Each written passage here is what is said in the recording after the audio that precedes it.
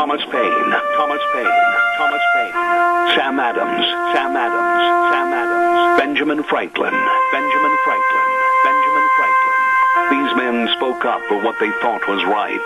From their courage came such documents as the Declaration of Independence and the Constitution of the United States.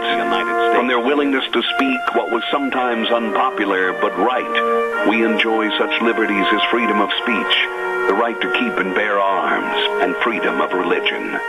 There are those who still wish to oppress our freedoms, and there are still patriots willing to stand up and defend life, liberty, and the pursuit of happiness. Men like Zeb Bell, who honor our founding fathers and what they stood for. It's now time for Zeb at the ranch, speaking up and defending your freedoms. Brought to you by Magic Valley Les Schwab Tire Centers and all of the other great advertisers on the program. And now, Zeb Bell. Tonight on television, I hope Senator Kamala Harris will get what she deserves. Nothing. She is a very vile, sinister woman that does not deserve any accolades. Here comes Kate Smith and God Bless America, followed by a Patriot on this Wednesday morning with the Pledge of Allegiance. Good morning, good morning.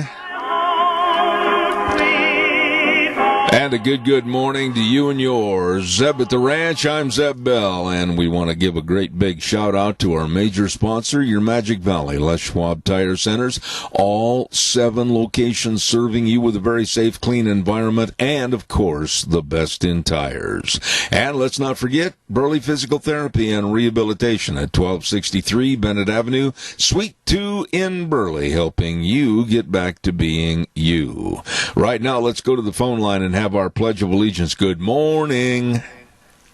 Good morning. I pledge allegiance to the flag of the United States of America and to the republic for which it stands, one nation, under God, indivisible, with liberty and justice for all. Boy, that was a good one. That was a good one. Thank you very much, sir. Appreciate that. Right now, we're going to head for the weather forecast, and it's brought to you by K&R Rental at 256 South, 600 west of Heyburn. Can't miss them. They're on the Burley-Paul Highway, and they've got the best of tools and equipment for any kind of a job, any kind of a task, any kind of a construction project. Let me tell you what, for both long and short-term rental, Roger and the crew can and they will help you. Don't forget the best. K&R Rental on the Burley-Paul Highway. And right now, here's Gina with the weather. It appears the inversion is going to be trapping in the residual smoke and harvest dust at least for the next couple of days. Here's a look at your weather forecast for this Wednesday. We are expecting sunny skies, but still pretty dusty and smoky out there. If you have upper respiratory issues, take note of that. We are expecting a high of 81. Tonight, partly cloudy skies, low of 40. By tomorrow, widespread haze throughout the rest of the day, high of 80. Not really much of a breeze to speak of. And that's your weather for Zeb at the Ranch. Thank you, Gina, and I appreciate it. And, of course, it is a lot hazier outside this morning than I thought it would be. They were calling for sunny skies. Well, somebody hid the sun. It's not out there right now. K&R Rental is the sponsoring agent of our weather for this hour at 256 South, 600 west of Heyburn. And they really do a great job for you. And if you have questions on what kind of equipment you need or tools for a certain task, give them a call. Call them at 678-3122. K&R Rental on the Burley-Paul Highway. Want to also give a great big shout out, and there goes the moo of the cow. Stand by, caller. I'll be right there. Great big shout out to Ramsey Heating and Electric at 2600 Overland Avenue in Burley. Yes, it's true. They're open 7:30 to 5 Monday through Friday, and they've got all your heating, cooling, and electrical needs. Please don't wait until all of a sudden your toesies hit the linoleum floor and you're going, woo, I wished I'd have had my furnace and everything all set to go. You better take care of it right now. And believe me, these are the professionals. Call them 678-0459. They've been in business now for almost 7 decades. Ramsey Heating and Electric in Burley, 678-0459. Caller, good morning and thank you. Good morning to you, and again to Deanne. Thank you. You know, tonight's debate is going to be interesting. Kamala Harris is going to get the feeling of what a real tender buzzsaw can do to you. Because he used to be a talk show host just like you. And I imagine he's going to be able to rebound just like you do. You know, Keith, there is one thing that is really concerning to me, and I think you as a gentleman also would be in the same predicament. I hope that Mike Pence is very direct. I hope that Mike Pence does not back up at all. I hope he's like a junkyard dog, but he is in a tough spot. Oh, woe is the poor little lady senator. Oh, the audience will go, oh, well, look at her. She was attacked by that big, mean Mike Pence. This is baloney. Mike Pence has got to treat her the same way as he would debate any man, and he's got to be very forceful. Do you agree or not? Yes, I do, and her record speaks for herself, which is the worst in the United States Senate. Yes. Yes. Boy, I tell you what, Keith, we're starting the day off wrong. We both agree with each other. Well, the day ain't over. Okay, buddy. Hey, thanks a lot for your call. I appreciate it. Thank you much. Calls welcome, 436-2244, 1-866-927-4587. Caller, I'll be right there. Occasionally, if you hear me cough, it's nothing serious, except it's that time of the year for allergies. And, oh, man, do I have them. Denny's Restaurant, don't forget, 611 North Overland in Burley. The best, underline the word best, of breakfast, lunch, dinner, and desserts, anytime, all the time. What delicious menu choices. Oh, you're going to love it. And all of the people are so friendly and nice. They've got 2 locations at 611 North Overland in Burley, and another one at 291 Poline Road in Twin Falls. America's Diner, Denny's Restaurant. You gather up a car full and stop over there and see them today. Caller, good morning. You're on the air. Yes, good morning, Jeb. You know, the Democratic Party is just loaded with a bunch of incompetent idiots. And this is what President Trump has to put up with every day. If the Democratic Party should ever get back in power again, people don't realize that overnight the economy would go to hell, the taxpayers would be seriously hit, and they wouldn't have enough money to support those big tickets they're paying to see some of these prima donna football and basketball players. Yeah. Tony, I want to ask you something this morning. When you talk about polling in the presidential race, and you look at certain polls, I lean towards the Rasmussen poll to be the most effective and the most honest. But here's something that ought to get your ire a little bit. You know that CNN is absolutely biased against Trump. They can't stand him. They hate the shoes that he walks in.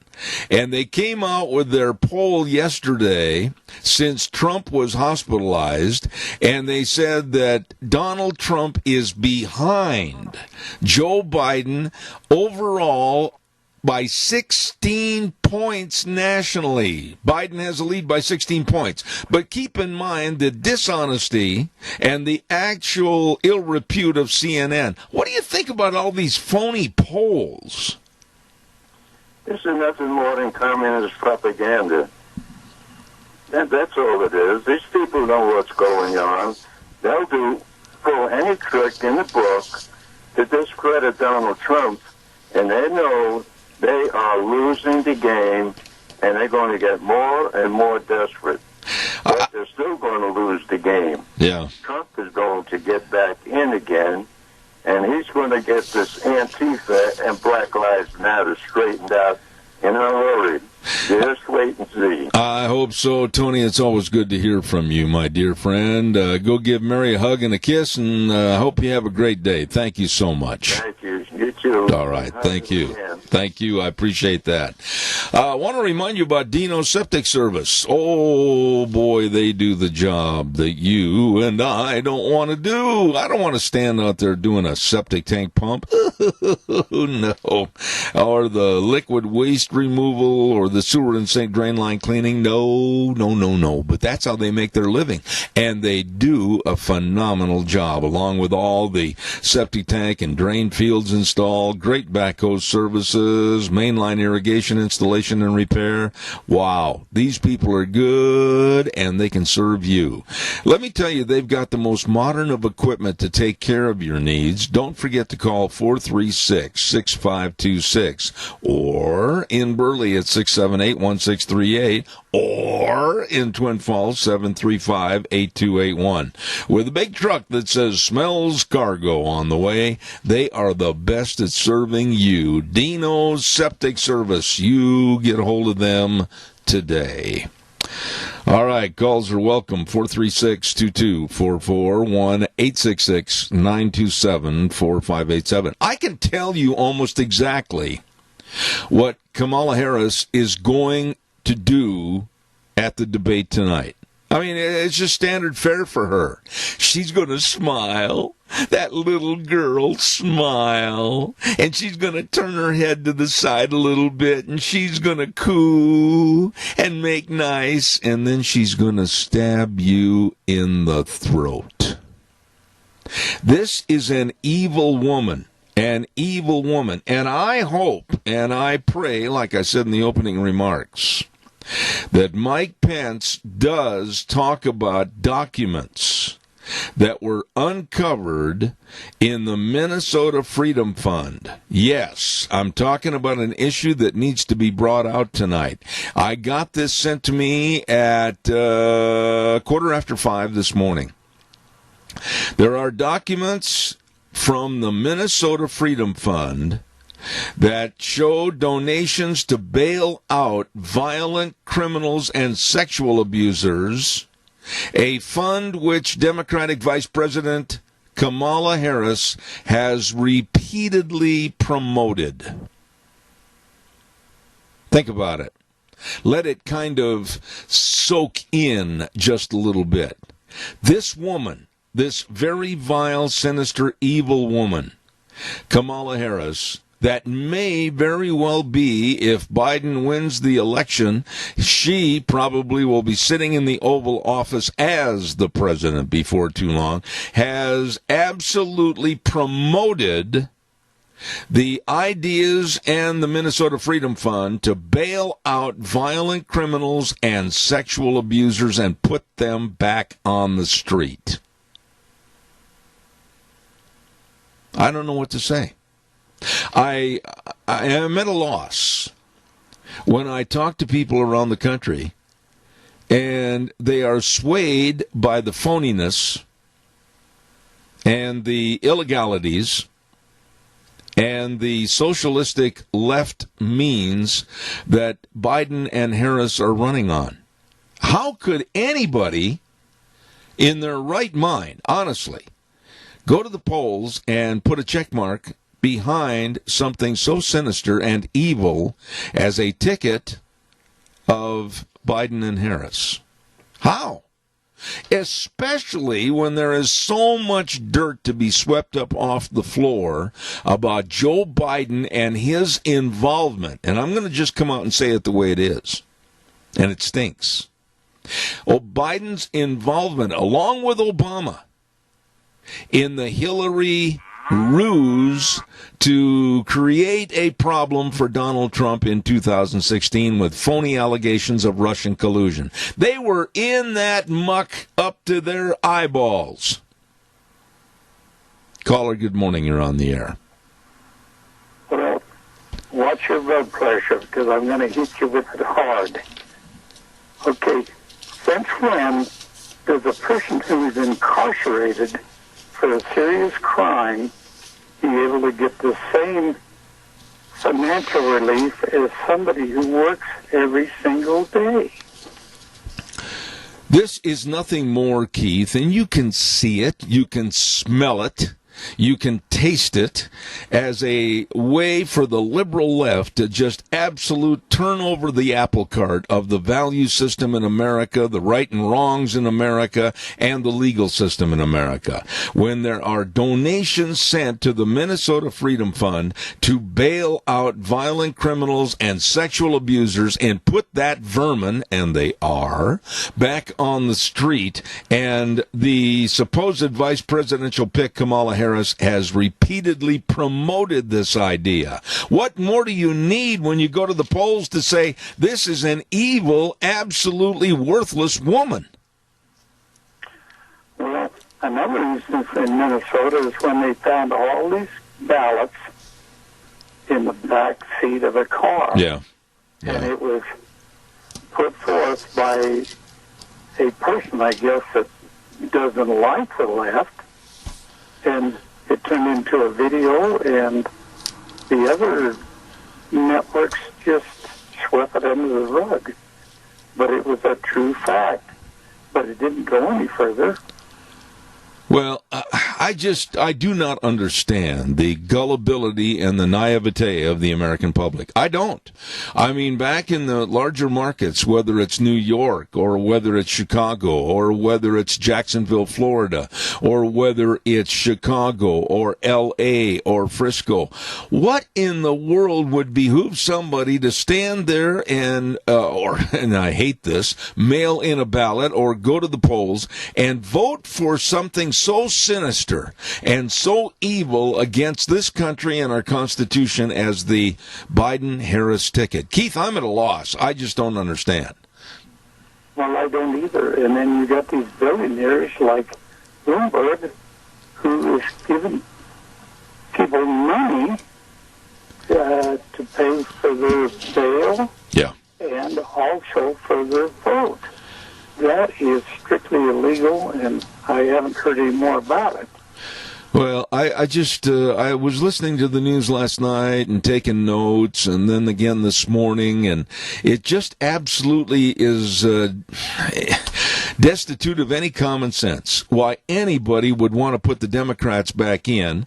Here people are struggling. People are struggling, trying to keep their businesses going through this silly, stupid COVID-19 and coronavirus escalation, supposedly, and more shutdowns across the United States. De Blasio wants to shut down more in New York City, and people don't know if they're going to have any income coming in, whatever the case might be, and they're really hurting to rob Peter to pay Paul. And then Biden blatantly comes out and says, well, I'm elected president, I'm going to raise taxes drastically. Oh, that's a good one.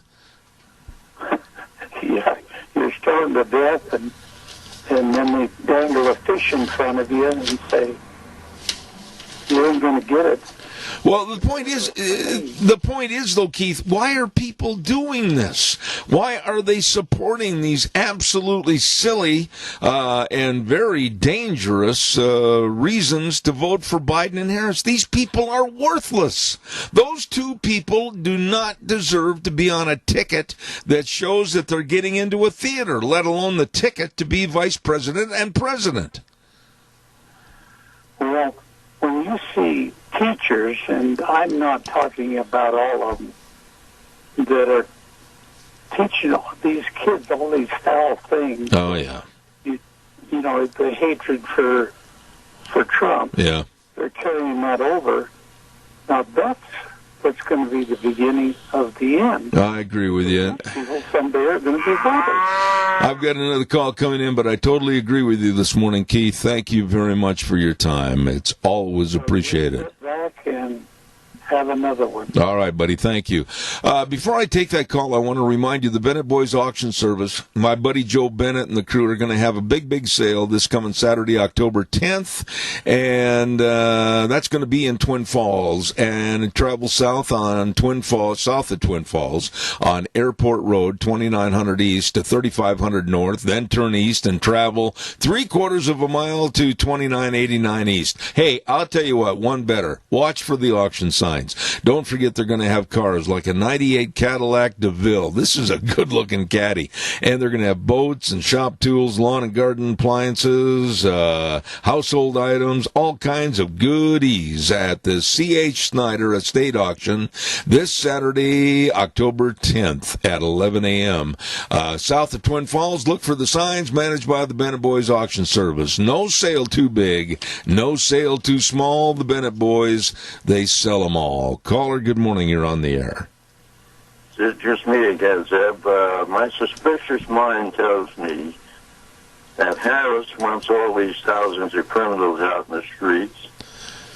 She may be in contact with people in the terrorist training camps here, and she would just as soon invite MS-13 and our drug cartels and develop a major army to overtake our countries. It might sound suspicious to you, but I think it is a possibility. No, I can't say that's suspicious. I can't say that you're way out in wacko land. I won't do that to you because there's anything and everything that's on the table today. The easy question to ask is a question that only involves one word, and it's a 3-letter word. Why? Why would anyone entertain or support the bailing out of violent criminals and sexual abusers to go back on the streets? Why? She is power hungry. She knows that if she lets these thousands of people out, they're going to kneel at her altar. They'll do anything she says. And we'll have more trouble. We'll have to add another edge on the streets there. There'll be more than Black Lives Matter, Antifa, and the rest of these people that she has let out of prison. That'll be part of the army. She figures will take America down.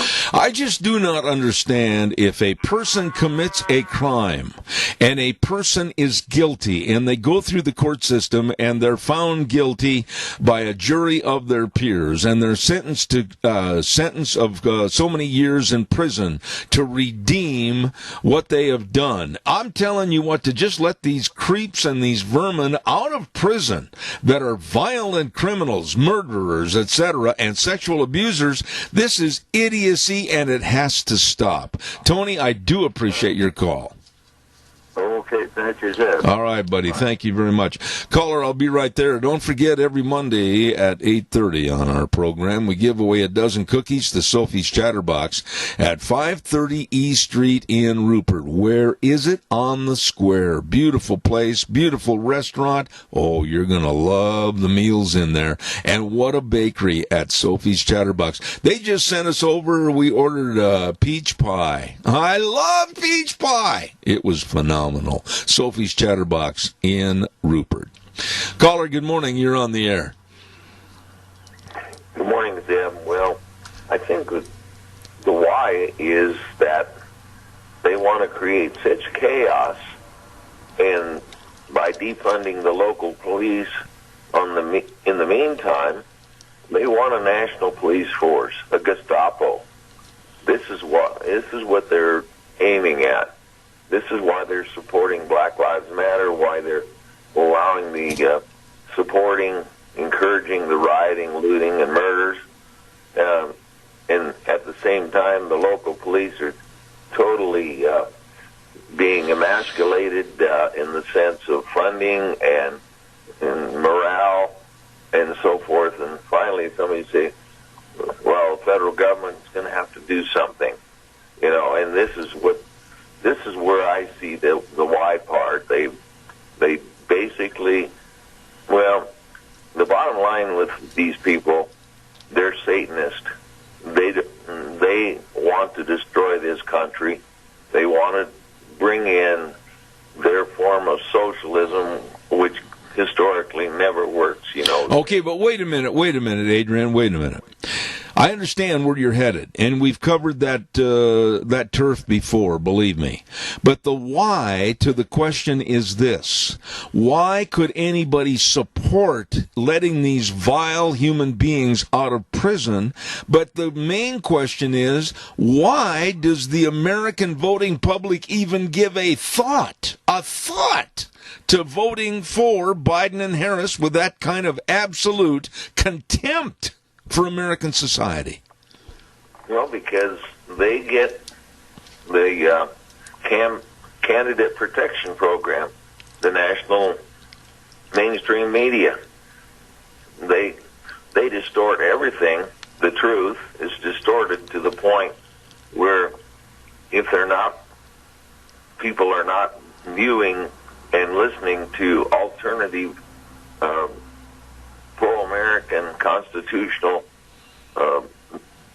solutions, and they're hearing CNN and so forth. Oh, yeah. And that's all they're watching or listening to NPR, which is where our tax money goes to help pay, which is ridiculous. Yep. But so without the mainstream media, they wouldn't get anywhere. But it's just 24/7. And it was one of Hitler's aides that said, you tell a lie often enough and it becomes true. You got it. I am so incensed. I am so incensed at the so-called media, the likes of Cuomo on CNN or Don Lemon, another worthless, absolutely pathetic journalist, if you want to call him that, and the diatribe that they put out every single day is so heinous and so illegal and so illicit, they ought to all be herded onto a raft and sent out to the middle of the ocean. They are worthless people. Well, yeah, it's not journalism. They have a political agenda. They're totally in the tank to destroy this country. It's so obvious, and to many of us at least, you and I certainly can see this. But I agree with your solution. That's where they need to put. But they're not journalists. They're advocates for total revolution. I agree. The Saul Alinsky model, the rules for radicals, and that's what they're following. If you don't agree with them, then they demonize you and they make it up. Just make stories up, and you realize that book, Rules for Radicals, was dedicated to Lucifer, Satan. Yep. These people are Satanists, and I think they probably bow down to Satan. They think they're going to work their way that way. They obviously are not Christians, and if they claim to be one, they're just lying. I agree with you. I got to run, Adrian, but I do appreciate and always do appreciate your voice and your opinion. Thank you, sir. We need to get hold of all of our friends and relatives in other states, and we've got to get out to the polls, and we've got to get we've got less than 4 weeks to do it now. Yep, I agree. Absolutely. Everybody go vote. Thanks a lot. Thank you.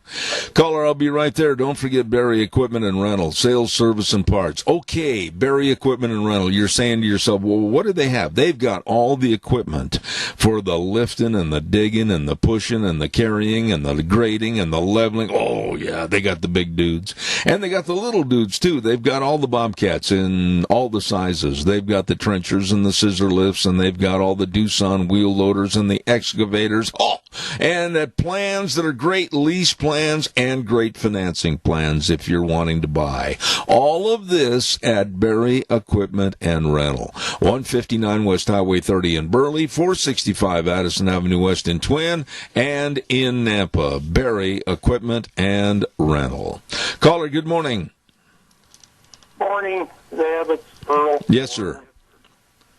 Something that caught my attention this morning was I was looking at what commodity prices were doing at present, and across the lower ticket tape kind of area of the television, there's a stock market trade in Western Water Resources, which kind of jabbed me the wrong way, but Seb, if the Democrats get in, the stock market itself will probably collapse to trading figures of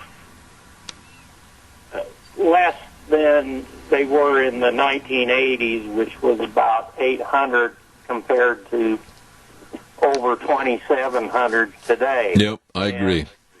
And we will essentially own nothing, not even our freedoms in this country.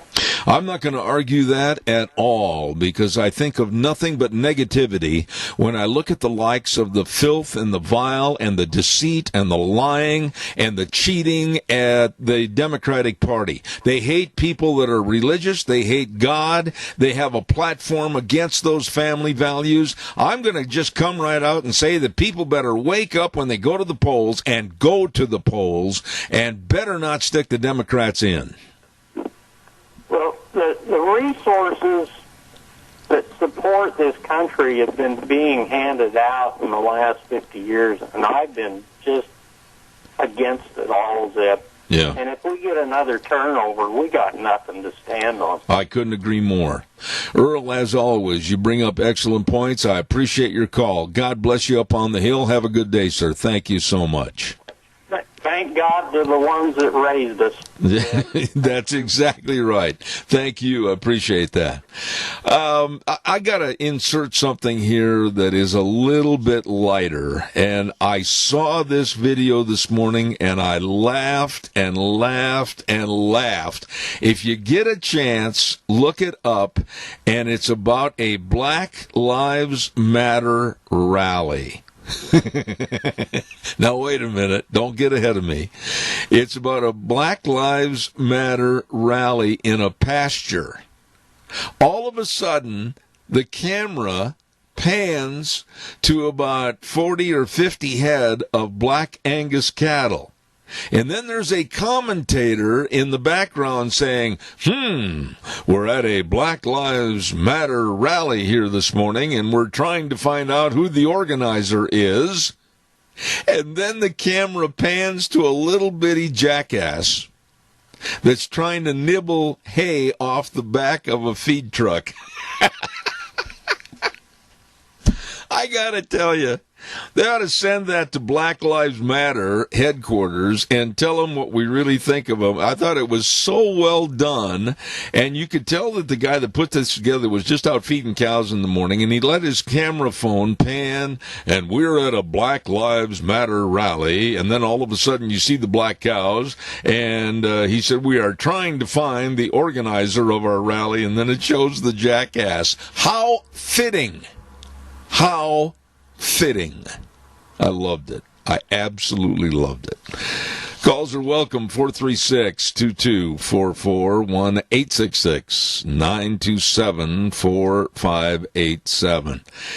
1-866-927-4587. Dirty. And their hands are filthy. Who am I talking about? Well, as things progress, looking into certain unredacted files that have been turned loose by our informative sources with our government, it looks like dirty on Obama, dirty on Biden, dirty on CIA's Brennan, and really dirty on FBI's Comey, all like a Hoover vacuum cleaner, just kind of swept right into Hillary's plan to use Russian collusion against Donald Trump to defer any talk or any media about her illegal emails. Oh, it's dirty. They, meaning Obama and Biden and Brennan and Comey, they all knew and endorsed the plan, and I think every one of them should wear orange. I absolutely think people need to go to prison over this. I think Hillary deserves to be put in a women's prison somewhere in the swamps of the Southeast and spend her life in miserable conditions. This is a very, very evil woman. She's proven that. You don't need me to say it. It's a fact. And in some cases, I almost feel sorry for Bill, but that's another story. I could not believe some of the information coming out of these reports that absolutely are showing, and you don't need to really tie the knots together, you can see it, that Obama, Biden, Brennan, Comey, all of them were in cahoots to basically protect Hillary Clinton. Caller, good morning, you're on the air. Good morning, sir. And the mainstream media spent 0 minutes on this. I was so appalled when I heard that about CBS, ABC, NBC. They didn't cover a doggone thing about this information that had been turned loose. And that ought to show everybody in this country how absolutely dangerous the left and the possibility of Biden and Harris would be as a president and vice president. Exactly. But it doesn't get out to everybody. That is the problem. I mean, these people have spoon-fed their constituents just things they want them to know. Absolutely.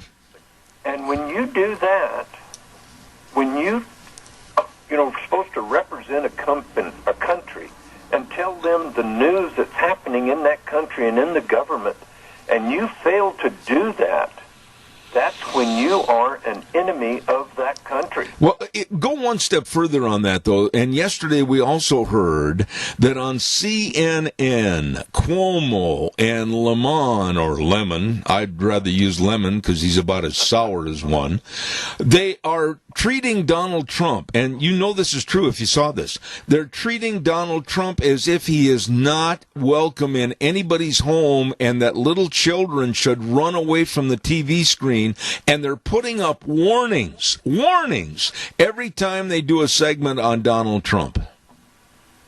Exactly. I mean, these people, President Trump hit the nail on the head when he calls them fake news. Absolutely. He hit the nail on the head when he calls them the enemy of the people. Absolutely. And they should be held accountable. The American people need to step up and tell mainstream media and all those people who are trying to push this socialist agenda down our throat, no. Turn them off. I mean, those people that are funding this need to go broke. I'll tell you one thing, Doug, and maybe you won't agree with this, maybe you will. Fox News has, under their employment, a gentleman that's been in the news business for a long, long time. I mean, back to the Huntley Brinkleys and that type of thing. And that's Britt Hume. And Britt is about my age, I think, right now, or perhaps a year or two older. I would like Fox News, and I mean this when I say this, I would like them to turn him loose on investigative reporting against others in the media business as far as so-called journalism, and let him put out an expose that's really going to put the shine on some people. Exactly. The light needs to shine on them. Just like I said the other day, they need to be exposed for what they are and then handed a microphone so they can try to dig themselves out of the hole that they're in. Absolutely. Absolutely. How do you clean up corruption? You clean up corruption by exposing it and being honest and straightforward. But it's to the point on CNN, and I mean this, that they don't care. They absolutely are going to lie, they're going to cheat, they're going to steal, they're going to create false narratives to every story because that's their modus operandi, and they've been getting away with it for so long. Who's going to be Matt Dillon and step into Dodge City and tell him to quit? This is true. Until somebody, goes down, until somebody suffers the consequences of their actions, they're going to keep on doing it. Absolutely. And that's the same thing with the corruption in the government. These people that have done this for the last 4 years has cost the taxpayers untold millions of dollars. Yep. And until somebody goes to jail and pays the price, they're going to keep on doing it. It's just like a spoiled child. You keep giving in and not punishing them, they're going to keep on doing what they're doing. Well, there is no respect for the truth and the facts in journalism anywhere today.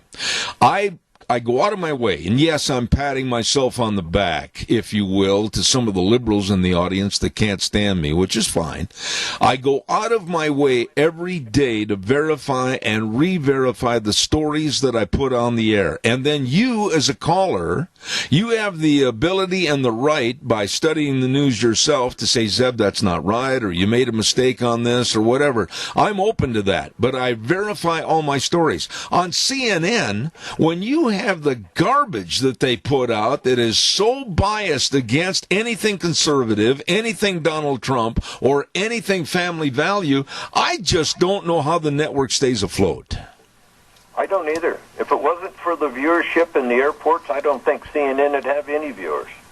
Yeah, very true. I mean, every airport I've ever gone into, the only thing they have on is CNN. Yeah, and it's such a joke, but nobody's laughing. Doug, give us your famous give us your like the viewership on the finals game the other night. Yeah. I mean, probably half of that was bars that had it on that nobody was watching it. There you go. And I'll tell you what, I could not care less, and I mean this to all the basketball fans out there, of which I used to be one. I certainly hope that LeBron James and his band of outlaws go down in flames. Actually, I hope the game gets postponed or canceled. I couldn't care less for either one of them.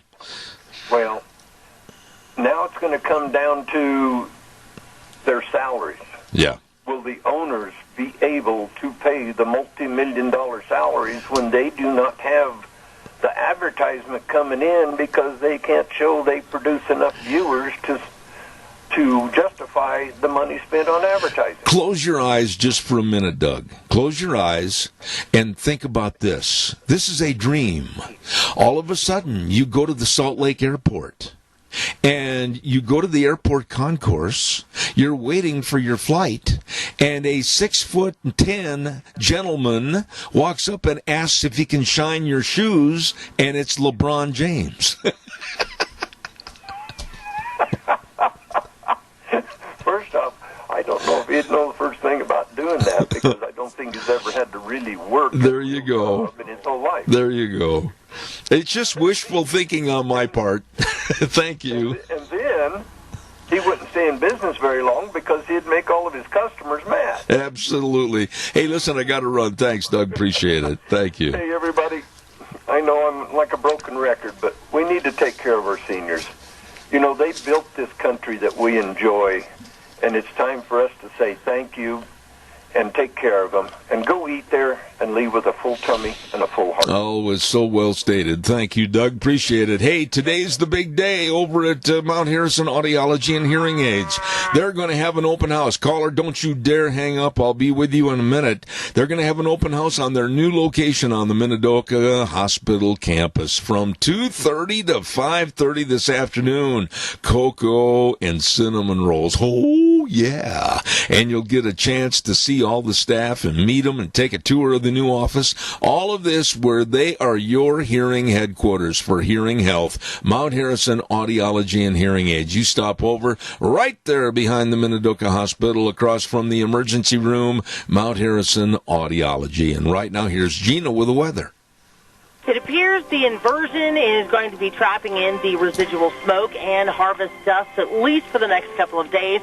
Here's a look at your weather forecast for this Wednesday. We are expecting sunny skies, but still pretty dusty and smoky out there. If you have upper respiratory issues, take note of that. We are expecting a high of 81. Tonight, partly cloudy skies, low of 40. By tomorrow, widespread haze. Throughout the rest of the day, high of 80. Not really much of a breeze to speak of. That's your weather for Zeb at the Ranch. Appreciate you. Thank you, Gina. Don't forget, this is going to be a big, big, big day over at Mount Harrison Audiology and Hearing Aids. They are your hearing health headquarters. Call them for more information at 312-0957. Grand opening this afternoon from 2:30 to 5:30. Cinnamon rolls, hot coffee, all kinds of prizes. Be there. Mount Harrison Audiology. Caller, good morning. You're on the air. Good morning again. Would you please set me straight on what I'm about to say? Is that Joe Biden said he wasn't going to shop for groceries anymore because he's seen this black woman stocking the shelves. No, that is not true. That's not even close to what he said. His basic remark, it is not true. It is not true. And I've got to be fair on all aspects of the story. And what Biden had said, and I'm paraphrasing, is that he was allowed to stay in the basement and be safe, he said, and while there was a black woman out there stocking shelves at a supermarket. In other words, he had the option of staying inside and being safe against the COVID virus, while another person, unfortunately, he used a bad terminology by being racist and saying a black woman stocked shelves. She didn't have that leisure. She had to go to work. No, it was not the way you said it. Well, thank you for straightening me out because I only heard it once. Yeah. But I thought, I wonder how many people are listening. But I'm glad you set me straight. Yeah, it was a faux pas on his part anyway, Keith. He shouldn't have said it the way he said it, but it was completely different in terminology than what you heard. Believe me, I know because I've listened to it 30 times, and I've got a copy of it someplace here on my desk. Appreciate your call again, old buddy. Thank you very, very much. You bet. All right, sir. Thank you. Calls welcome 436-2244, 1-866-927-4587. Can you honestly believe that Mr. and Mrs. Mark McCloskey in St. Louis did have the prosecuting attorney that is a nitwit from the start go ahead and they have been indicted for what they are terming, listen to this story makes me so upset. They're being indicted by this mindless, racist prosecuting attorney for supposedly the unlawful use of their guns on their property to protect themselves from the Black Lives Matter that had broken down the gate and were on their property. This is absolutely ridiculous, against our Second Amendment, against our safe lives on our own property. This has got to be stopped. And I do know that Missouri Governor Mike Parsons said that if this idiocy continues, he will pardon the couple if it goes any further. This is insanity. Caller, quickly, I've got to do a commercial break in 1 minute. Go ahead, please. And according to whatever it is in Missouri, they've got the most. McCluskey's could have opened fire as soon as those people walked through that gate, and they said, "You're trespassing, get out." If they had kept going, they could have opened fire and killed them all, and nothing would have happened to them, according to them. But we were listening to an expert last night talking about, I guess it was the Attorney General for the state, said that the police turned the gun over to the weapons specialist or whatever, and they took it apart. And when they put it back together, so it was a working gun. But they're trying to say the McCluskeys tampered with evidence. Oh, my goodness. You know, the whole thing boils down to this. If we as American citizens cannot protect ourselves, our family, and our property, we might as well get a great big box of matches and start burning the Constitution because it is worthless. Exactly. Thank you for your call. God bless you. Appreciate it. I tell you, I was enraged when I heard this about the McCloskeys, and I certainly hope the governor of Missouri follows through and pardons them and leaves that prosecuting attorney with an omelet on her face. Don't forget our major sponsor, your Magic Valley, Les Schwab Tire Centers. All 7 locations are outstanding for what they do. I mean, they've got all the tires. They've got all the sizes. They've got all the tread designs. And, you know, as we go into the fall and winter driving, you've got to be a little bit careful about road conditions and everything else. So make sure you've got the best in tires from your Magic Valley Les Schwab Tire Centers. Don't forget the best in brakes, front end alignment, shocks and struts, batteries. Oh my, on a cold morning, you're late for work, you're yelling at yourself, and you turn the key and it goes click, click, click, click, click. You want to make sure you've got the best of batteries. They've got all of it right there at all 7 locations. James and Buell, Dan on Poline in Twin Falls, Lane and Rupert, Mike and Jerome, Dave on Blue Lakes and Twin, the Twist family in Paul, and my buddy Trent on Overland in Burley. The best, your Magic Valley Les Schwab Tire Centers. We're going to take a little break and come back in about 7 minutes. Dave Bego's going to be up. And then one of our favorite guests, and you really requested her to come back, Dr. Carla Dean Graves, talking about the coronavirus. Don't forget, we'll see you back here in about 7 minutes. Oh, good morning, good morning, good morning. Sun trying to peek through kind of a haze out there this morning. Zeb at the Ranch brought to you by our Magic Valley Les Schwab Tire Centers. All 7 locations serving you with the best in tires and, of course, with a very safe, clean environment. And, of course, don't forget, too, Burley Physical Therapy and Rehabilitation at 1263 Bennett Avenue, Suite 2 in Burley, helping you get back to being you. Right now, this good word for Western Waste. From the canyons of the Snake River and all across southern Idaho, we're all at the Georgia disposal. Western Waste Services, we care about our community, our resources, and this great land. Western Waste Services is lending a hand, always at your disposal.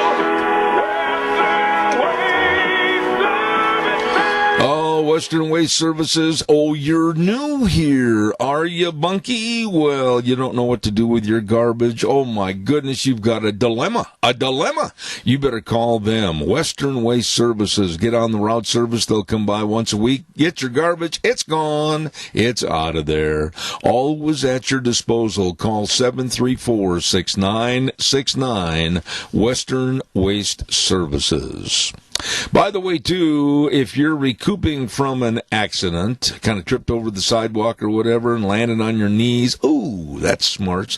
Or maybe you're recouping from a surgery, whatever, get a hold of my friends at Burley Physical Therapy and Rehabilitation at 1263 Bennett Avenue, Suite 2 in Burley.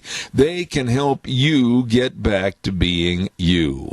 Nick Greenwell and the excellent physical therapist there can help serve you right back into shape with the best of exercises and the use of the hydrotherapy pool. You call them at 678-1191. Make an appointment today, 678-1191. Burley Physical Therapy and Rehabilitation.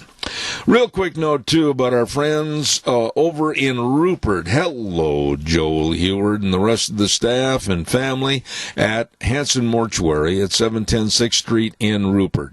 When there is the passing of a loved one, everything just absolutely turns into a tumultuous time trying to take care of everything. Stop. They can help. They will help at Hanson Mortuary. The number to call, 436-5636. And they always provide the families they serve with the best possible support and comfort and with the highest ethical standards and unquestioned integrity.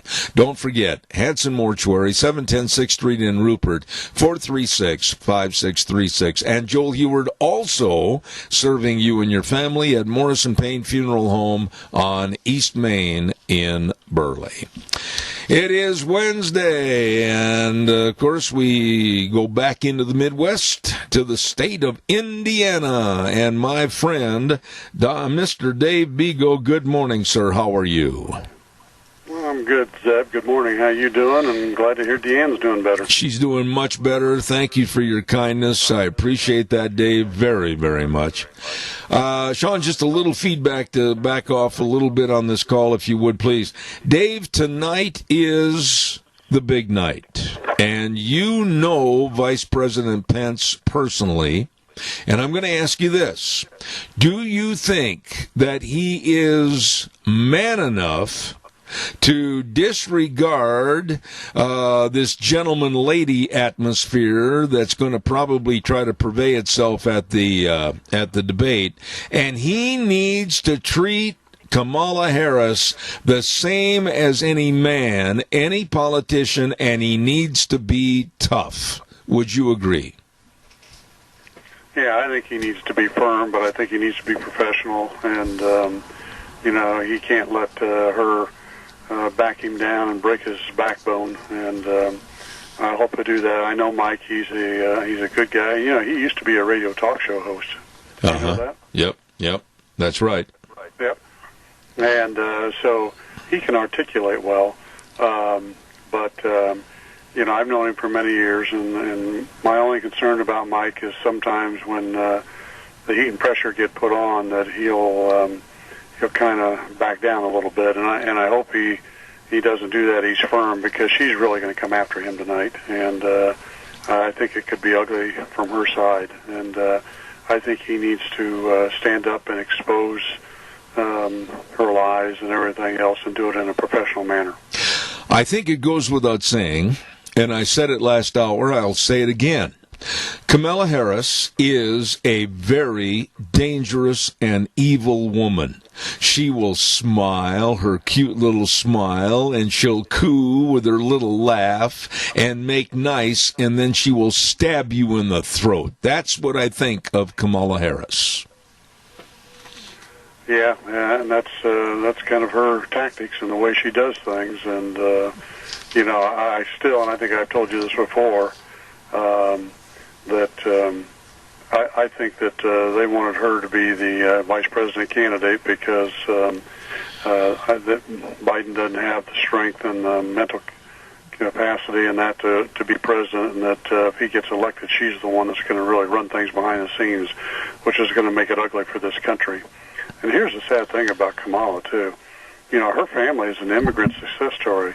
They came in and they America, and from India, and they like many parents earned a doctorate degree, breast cancer, and her father came from Jamaica and earned a doctorate in economics, and they did very well in this country, immigrating in here, and being a smaller percent of the population is an immigrant, and she's done well. And yet she wants to change this country and tear it down and open the borders to illegal immigration, and she wants to increase taxes and give free education and free health care and everything else, and basically bring this country down into a socialist country. Absolutely. I received a notice, I should say, at about 5:15 my time this morning. And I want to read this to you because this is really serious, and I think something that Mike Pence needs to stick in the debate tonight, that it has been found through documents of the Minnesota Freedom Fund, the MFF, about donations to bail out violent criminals and sex abusers, and Vice Presidential pick Kamala Harris has repeatedly promoted that they do this. This has now been verified. What are your thoughts on this? It doesn't surprise me at all. And again, Zeb, this whole agenda and the tactics they're using are just to get the votes to get elected. And at the end of the day, and these people need to wake up, all these promises they make about giving them free this and free that, and, illegals coming in and all this kind of stuff, at the end of the day, these people won't get that. What they'll be done is they'll be put in a position of being poorer than they are now.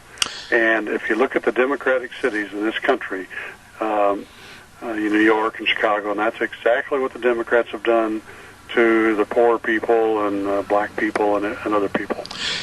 You're 100% right in what you said. And I'm sitting here this morning in my office, and everybody is sending me the various polls, whether it's the Rasmussen poll or whether it's the CNN poll, which holds no weight whatsoever. And on that poll with CNN, though, They were showing, and they wanted to verify, even though it's the most fake news of any network out there today, a 16-point lead across the board nationally for Biden over Trump. And honest to goodness, Dave, I don't see it. No, Zeb, this is just another one of their methods to make Biden look better and Trump look worse. They could care less about the statistics. They're doing this for their own purpose. And, the media, and I'll say it again, the media is controlled by the unions. And the unions are having them do this stuff because they want the Democrats to win, and the unions want to get in and take control and have power over us. Because that's, at the end of the day, that's what it's all about. I couldn't agree more. When I want to shift gears a little bit, and I want to go over to something that absolutely is so sinister, and we need to find out a whole bunch more about it because it goes clear to the top floor, the top seat, and that's Obama, and then to Biden, and then to Brennan, and then to Comey. And it looks like from the evidence that's coming out from our Department of Intelligence that all of those gentlemen, and I use the term loosely, knew about a plan hatched by Hillary Clinton to create Russian collusion against Trump and defer any talk about her illegal emails. And they went along with it, and yet they're still sitting free. Yeah, that's exactly right, and that's what's going on in this country. And because the left wants to control the deep state, and they can continue to do this kind of stuff. And it's kind of like the election too, Zeb. They've been fighting to bring the Electoral College down and that. And I have a friend, and he's an older gentleman. He's I think he's about 80 now, but he just sent me an email today. It's called Subject 319 Square Miles, and he says this is a 39-second read you'll want to pass on. And can I read it real quick? Yeah, go ahead. I'd love to hear it. Go ahead. Yeah. It says, in their infinite wisdom, the United States founders created the Electoral College to ensure the states were fairly represented. Why should one or two densely populated areas speak for the whole of the nation? The following list of statistics has been making the rounds on the Internet. It should finally put an end to the argument as to why the Electoral College makes sense. Do share this. It needs to be widely known and understood. Hold on a minute, I got to turn a page here. There are 3,141 counties in the United States. Trump won 3,084 of them. Clinton won 57. There are 62 counties in New York State. Trump won 46 of them. Clinton won 16. Clinton won the popular vote by approximately 1.5 million votes. In the 5 counties that encompass New York, Bronx, Brooklyn, Manhattan, Richmond, and Queens, Clinton received well over 2 million more votes than Trump. Clinton only won 4 of these counties. Trump won Richmond. Therefore, these 5 counties alone more than accounted for Clinton winning the popular vote of the entire country. These 5 counties comprise 319 square miles. The United States is comprised of 3,797,000 square miles.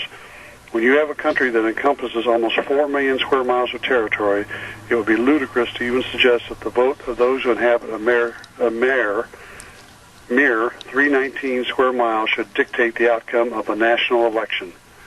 Hold on, just a little bit left here.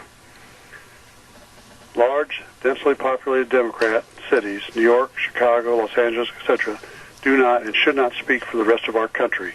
And it's been verified and documented. Those aforementioned 319 square miles are where the majority of our nation's problems foment. Absolutely.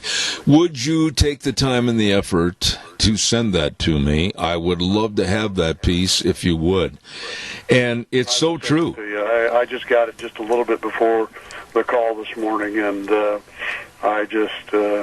it was unbelievable when I started reading that, and I think it's spot on. Well, it is spot on. I mean, the electoral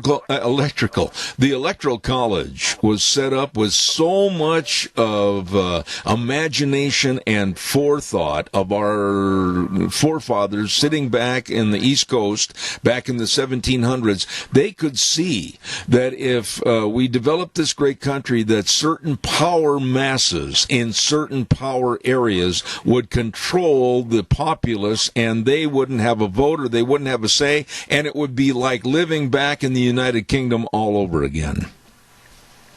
That's exactly right. And our forefathers did a great thing, and they created a great country. And, with a free market and capitalism and a republic like we are, this is what the left and the deep state don't like, because they want to control things. They're all about being in charge, and the American people need to wake up to that, and the young people out there need to wake up to that right now, the millennials and everything else, and wake up and understand exactly that the things that they're promising them and that they'll do and everything will never happen. It's kind of like what the unions have done when they've gone out and forced unionized companies by, going to the company employees and tell them, we're going to give you this, we're going to give you that, and everything, sign our union cards so we can force unionize you. Yeah. And the people are saying, oh, yeah, that's great, we're going to get all that kind of stuff. At the end of the day, they don't.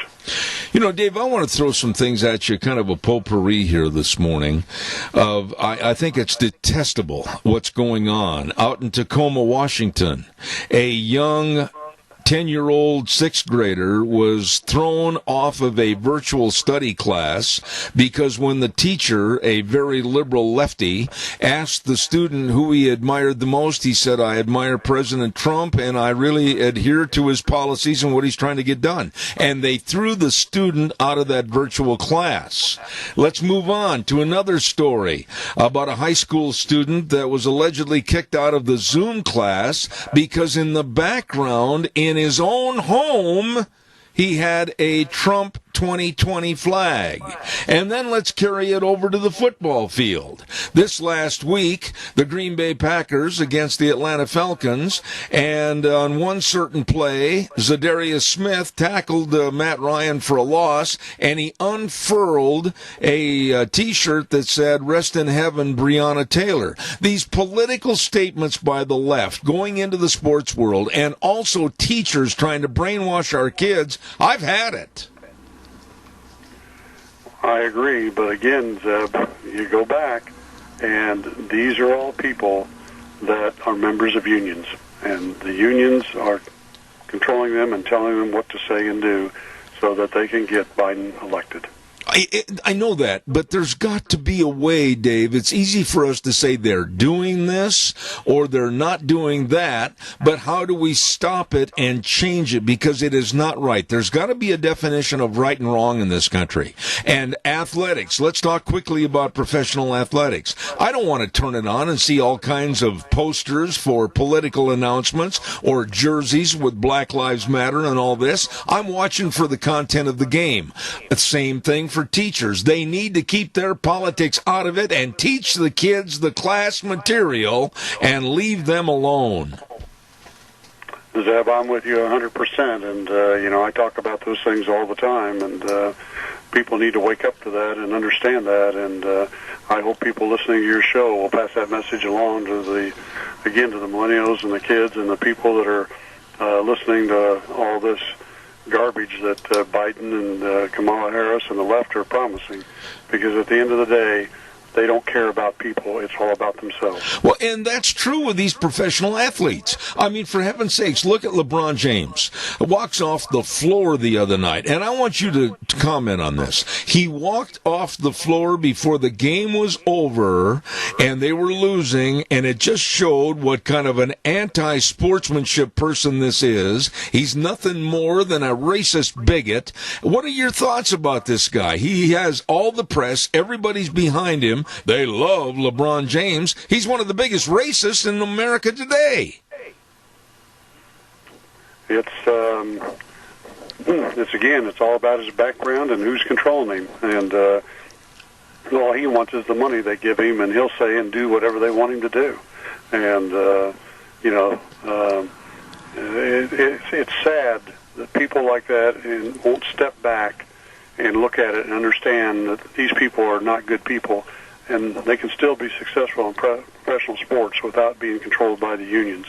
Absolutely. But then you've got to also take into effect, and I hope you saw this, but did you see the video? I believe it was about 24 minutes long or something with Michelle Obama. I saw excerpts, and boy, you talk about racism. You talk about playing the race card. Michelle Obama, one of the wealthiest and living in a $12 million home, and she's crying foul? Talk to me about that. Yeah, I saw that last night, and it didn't surprise me at all. She's part of the far left, and she's saying those things to get people to understand that they need to vote for Biden. And, she'll always be like that because that's her stance, too. Well, I know it's their stance, but I'm looking at the ticket of Biden and Harris, and I'm looking at their evil platforms, trillions of dollars for green energy that is absolutely stupid. I don't know if you caught this cartoon. It was in all the papers. It's a syndicated cartoon.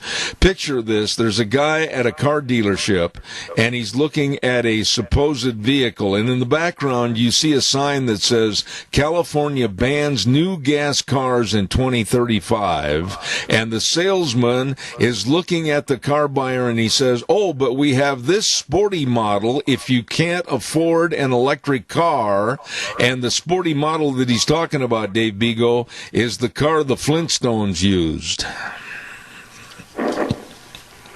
Yeah, that's amazing, isn't it? It really is. Well, the idiocy of green energy is not going to work. I mean, my dear friend Dan Kish comes on every Tuesday and talks about it, and the conversion costs to the American people and the uncertainty of their energy, it's going to put this country down lower than Venezuela. Yes, it is. Yes, it is. And, again, this is just another one of the tactics and topics that the left is using, and to make people think, oh, we're going to make this world better for you and cleaner, and it should be healthier for you and all that. But at the end of the day, they won't talk about what it really costs and what it'll do to people and what position it'll put them in and make them poorer than they are today. I'm off my soapbox now. I'm going to let you go. I've enjoyed our conversation like we always do every week. This man is a great author, a great businessman, the devil at our doorstep. I'll tell you what, Dave, thank you for all your involvement on our program, and we'll hopefully talk to you next Tuesday. Or Wednesday, pardon me. Well, thanks, and I hope people will buy my book, The Devil at Our Doorstep, because if they read it and they see all the tactics that are going on in this country today, it's the same ones that the union used against me. Real quick, obtaining a copy, I'm sure it's at all bookstores. Tell us where it can be purchased. Well, the best places, two places, is on Amazon. It's on sale right now, and also on my website, thedevilatourdoorstep.com. They can go either place and buy it. All right, Dave Bigo, God bless you, man. Thanks so much. All right, have a good day. All right, sir. Good friend, very good friend, very knowledgeable, Dave Bigo. Thank you, in Indianapolis, Indiana. Want to remind you about Let's Ride. Oh, yeah, get your motor running. Let's Ride on the side-by-sides and the four-wheelers. Head for the hills. I mean, get out of Dodge City and just enjoy the beauty that's out here in our countryside. Absolutely. Let's Ride is located at 270 Highway 24 between Rupert and the World, and believe me, they've got the hours that they're available for you. Stop by and grab what you need. Absolutely, grab fun by your hands, side-by-sides, four-wheelers, all the accessories. Absolutely. They're open Monday through Friday 9 to 6, Saturdays 9 to 2, and they've got a wonderful, really efficient service department to keep you running, too, at Let's Ride, 270 Highway 24 between Rupert and the World, where the fun is sold. One other good word I want to mention, too, and that's about insurance. We all need to be protected. We all need to work with people that care, and I know who that would be.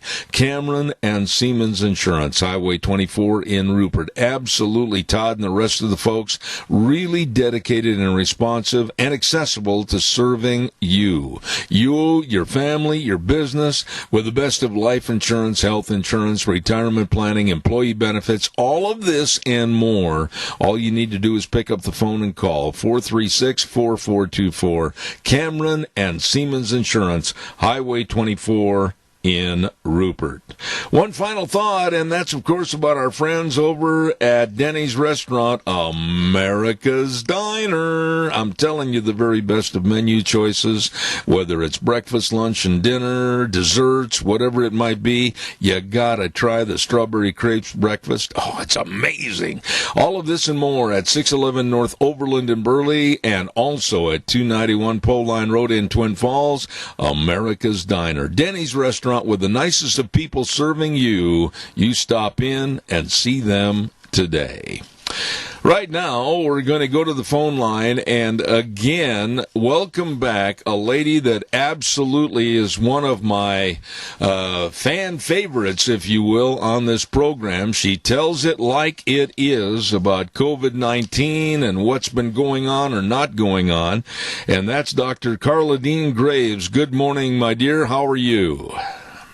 I'm fine. How are you, sir? Well, I'll tell you what, I am blessed to have knowledgeable people on my program, and you are one of those. And I think, and I don't mean to sound vague when I start this off, Dr. Graves, but where in the world are we in this country right now with COVID-19 and the threat of another onslaught, kind of another wave, the threat of more shutdowns, lockdowns, like with the stupidity with de Blasio in New York City and other places? What's going on? Well, as I've said before, I still think that this is a nefarious act against the American people. I can't help but not think that, because we still know and we still understand that hydroxychloroquine could actually open this all back up if we were taking it prophylactically. And I have many, many people across the United States who are taking it not only for treatment, but also for prophylaxis. In other words, prevention in getting this nonsense that actually I think was engineered toward the American people, not only just for lives, but also for our economy and to take us down.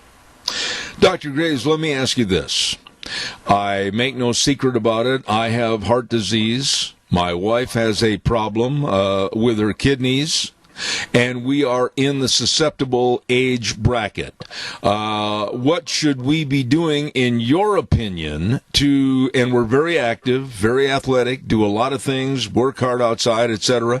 What should we be doing to perhaps ward off the COVID-19? Well, first of all, what kind of heart disease? When we talk about heart disease, we talk about, people automatically think, well, I've had a heart attack, or that I have a blocked coronary artery. That is not what we're talking about here. We're talking about a conduction issue. The patient, we all have electrical and plumbing. That's as simple as I can make it. And if you have a short in your wiring, that's obviously the electrical system. And that's what we're talking about with heart problems. And thus far, we have not had anyone who is on hydroxychloroquine, the azithromycin or the doxycycline, and the zinc that has had any heart problems. I've talked with the world's expert, as I told you before, about this, who has no problem at all, saying that it would be almost nothing to take this medication. I've also been working with some physicians down at Baylor University who are cardiologists, and they feel the very same way, and this is ludicrous. And so in lieu of getting the hydroxychloroquine and the zinc and the also the azithromycin or the doxycycline, what your listeners can do is take vitamin D. vitamin D3. That's important because it's best absorbed. And that's 5,000 international units a day. And if they can, and if their physician will order a vitamin D level in about 4 to 6 weeks after they have been on that every day, it should be between 50 and 75, not the 30 that they call normal, because we have found that those who have 50 to 75 are actually not going on a ventilator for sure. And then vitamin C. You need at least 1,000 milligrams 2 times a day. Now, all I'm giving you now is what we call prevention. This is not treatment. Right. Because if you had the COVID, then that vitamin C would go up to about 2,000 milligrams a time, 3 times a day. But otherwise, for prophylaxis or prevention, it's 1,000 milligrams per day, 2 times a day. And then you need vitamin A, because vitamin A helps support your lungs. And vitamin A should be between 4,800 and 6,000 micrograms, mcg, per day. Unless you're sick, and if you're sick, you need to bump that up to around 18,000 for a few days to reinforce your lungs. And then, of course, you need magnesium, 400 milligrams. The zinc, between 25 and 50 milligrams per day. And surprisingly, and your listeners may be surprised at this, and it's hard to find, is copper. Copper, 2 milligrams a day will help. Now, you can get also quercetin, and it's Quercetin, quercetin, and that's 500 milligrams, and you can take that 2 times a day. It is not near as good as the hydroxychloroquine, but it is something that you can use for prevention. Now, let's say that you're coming down sick and you can't get hydroxychloroquine. Then you could take the quercetin, 500 milligrams to 1,000 milligrams 4 times a day. I'll emphasize that, 4 times a day.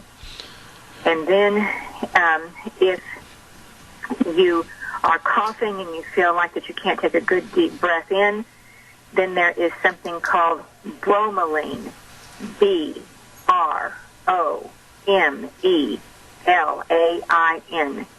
and that's 500 milligrams. And you would take 3 of those 4 times a day if you're sick.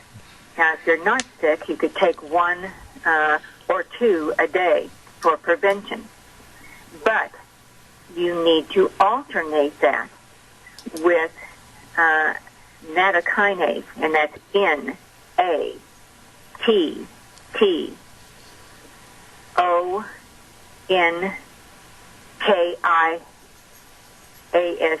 kinase. And that would be 4,000, and they do that with FU. And that's the unit that they use. Right. And that would be 1 3 times a day, and you would alternate that. Now, if any of your listeners are already on a blood thinner, they should not be taking this on top of it, the nattokinase nor the bromelain. I see. If they're already on something like Xarelto, if they're on Eliquis, if they're on Coumadin, that would not be advisable at all. And so that's what they can do. And that's quite a regimen. I mean, by the time you get your pills taken, it's time to go to bed practically. Well, let me ask you this. Let me ask you this question. That's just what you can do for prevention. Let me ask you this question, Doctor. Oh, I forgot. I'm sorry, elderberry. Okay. Oh, I forgot the elderberry. 50 milligrams to 100. 1 daily, because it helps get the zinc into the cell. Okay. I apologize for interrupting. No, that's fine. I was just going to say this. I think right now during these times, and if you don't agree with me, please tell me, but I think this behooves all of us to get a hold of our medical professionals and not go with a hat-in-hand approach, but with a very direct, firm manner of saying, I want to have an evaluation of where I am, what the causations might be for me to get this, and what I can do to prevent it. And I think it behooves all of us to work directly with our medical professionals. Do you agree? Absolutely, I agree. And I just cannot encourage your listeners to actually, even if they don't need it, even if they're not going to get it, they need to be calling in to their physicians and saying, hey, I want this. I want this available if I need it, or if a loved one needs it. That is so vitally important. That the more pressure that we put on, the better. I also, and I don't think that I had this the last time I was with you, but I have a petition that I want people to go sign, because the petition is going to be directly hand carried to the president and put in his hand. And it's Personal Health Care Network.us. And it's the right to try hydroxychloroquine. Absolutely. So they'll go to Personal Health Care Network. Okay. .us. Then if they would sign that, the more that we can get, and we can show these bureaucrats that it's time that the American people truly had what I call health care freedom. Because we've lost our health care freedom. We've lost a lot of freedom. Yes. We started losing it many years ago when doctors became owned by big pharma, insurance companies, hospitals, and corporations. Because these doctors can't even, a lot of times if they're owned by a group, they can't even express their own opinion. And sometimes they can't even use the scientific knowledge that's out there if it's going to interfere with profit. And so, unfortunately, I'm afraid to say this, but we've done profit over people. Absolutely. Absolutely. Let me ask you this, and I'm very concerned about this scenario. We are looking at the fall and then the winter months. We are looking at more of a togetherness, if you will, in closed quarters, where the common cold, various strains of the flu, and yes, also COVID are going to be with us and are going to probably reign dominant in all families and different scenarios. How concerned are you going into this fall and winter about the cold season and the flu season and now COVID? This is kind of scary, isn't it? Yes, it is, because just even a common cold or the flu, as we know, lowers your immune system. And so anytime that you have a immune system that is lowered, then we get what we call a compromised condition. And then you have something like the virus that can certainly come in on top of everything else that you've got.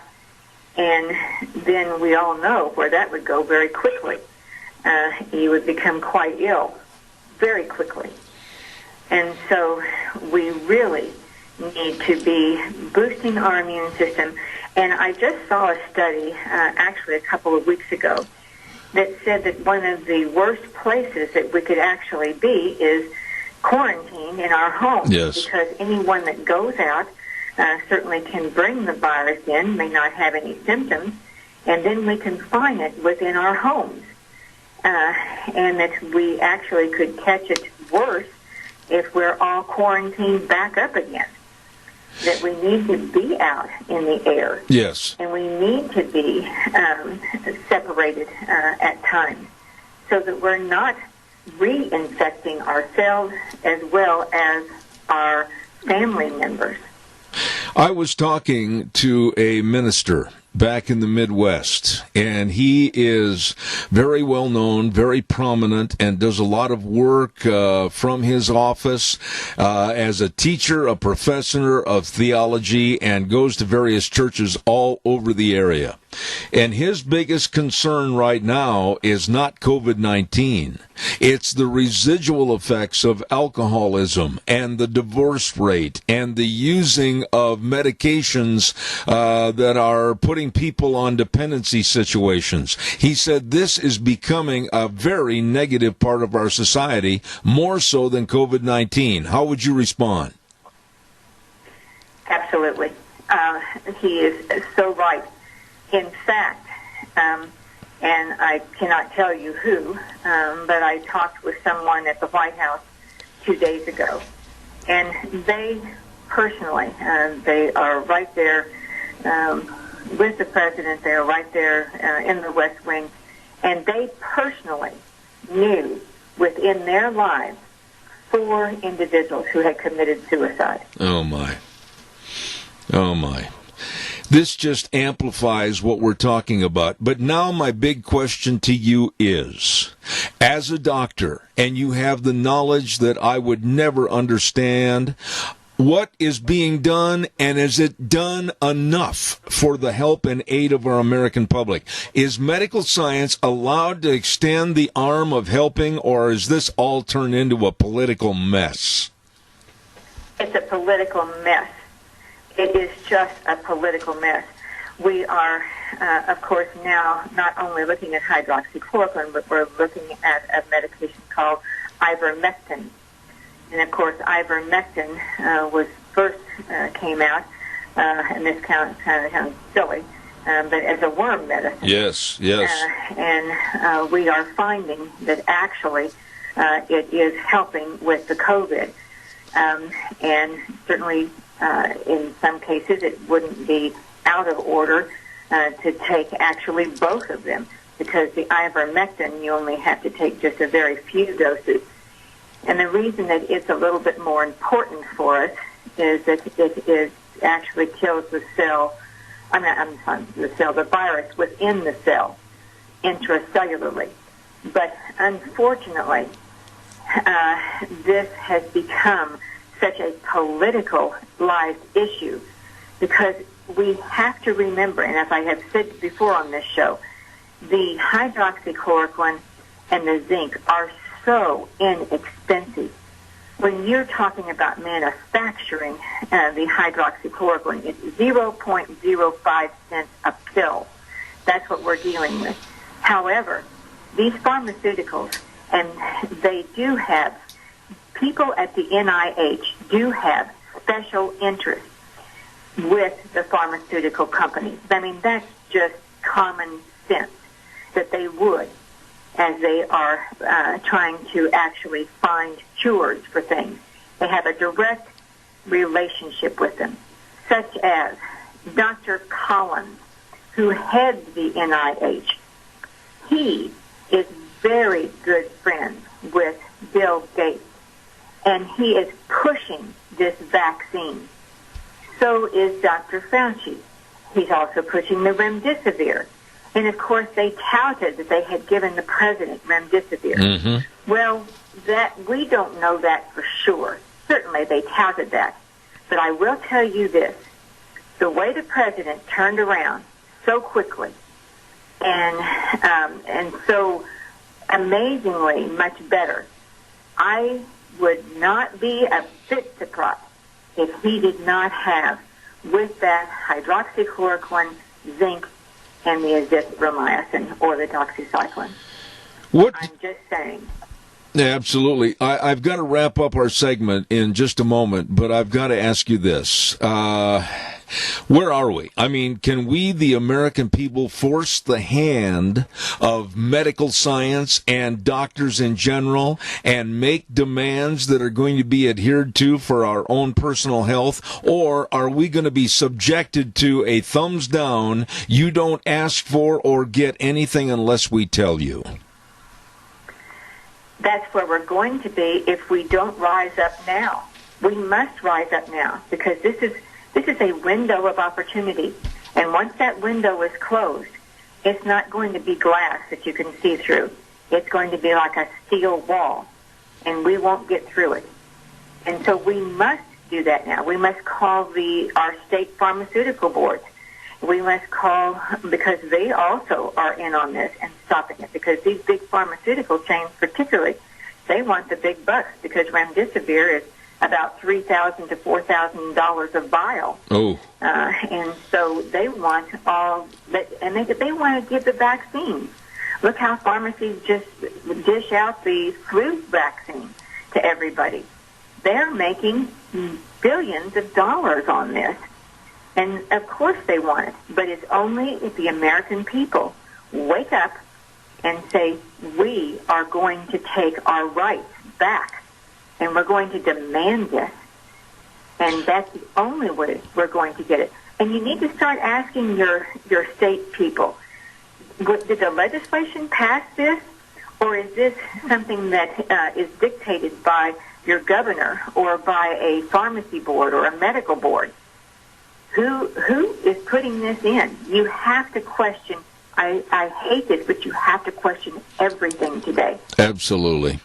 You know, I want to say this again. I said it to you the last time you were on my program. I value your patronage on my program to come on and discuss this topic and be so open about it. And I salute you and I wish you God's blessings. Dr. Carla Dean Graves, thank you so much for being on the show. And please know I'm going to call you soon to have you back. Thank you so much. Thank you, and God bless everyone. Thank you very much. Boy, I tell you, folks, that lady tells it like it is, Dr. Carla Dean Graves, and I've written down as much as I could hurry with my sloppy penmanship about the different medications, etc., that we need to be aware of and ask our doctors about, of which I'm going to be asking mine right after I get off this program. I'm serious.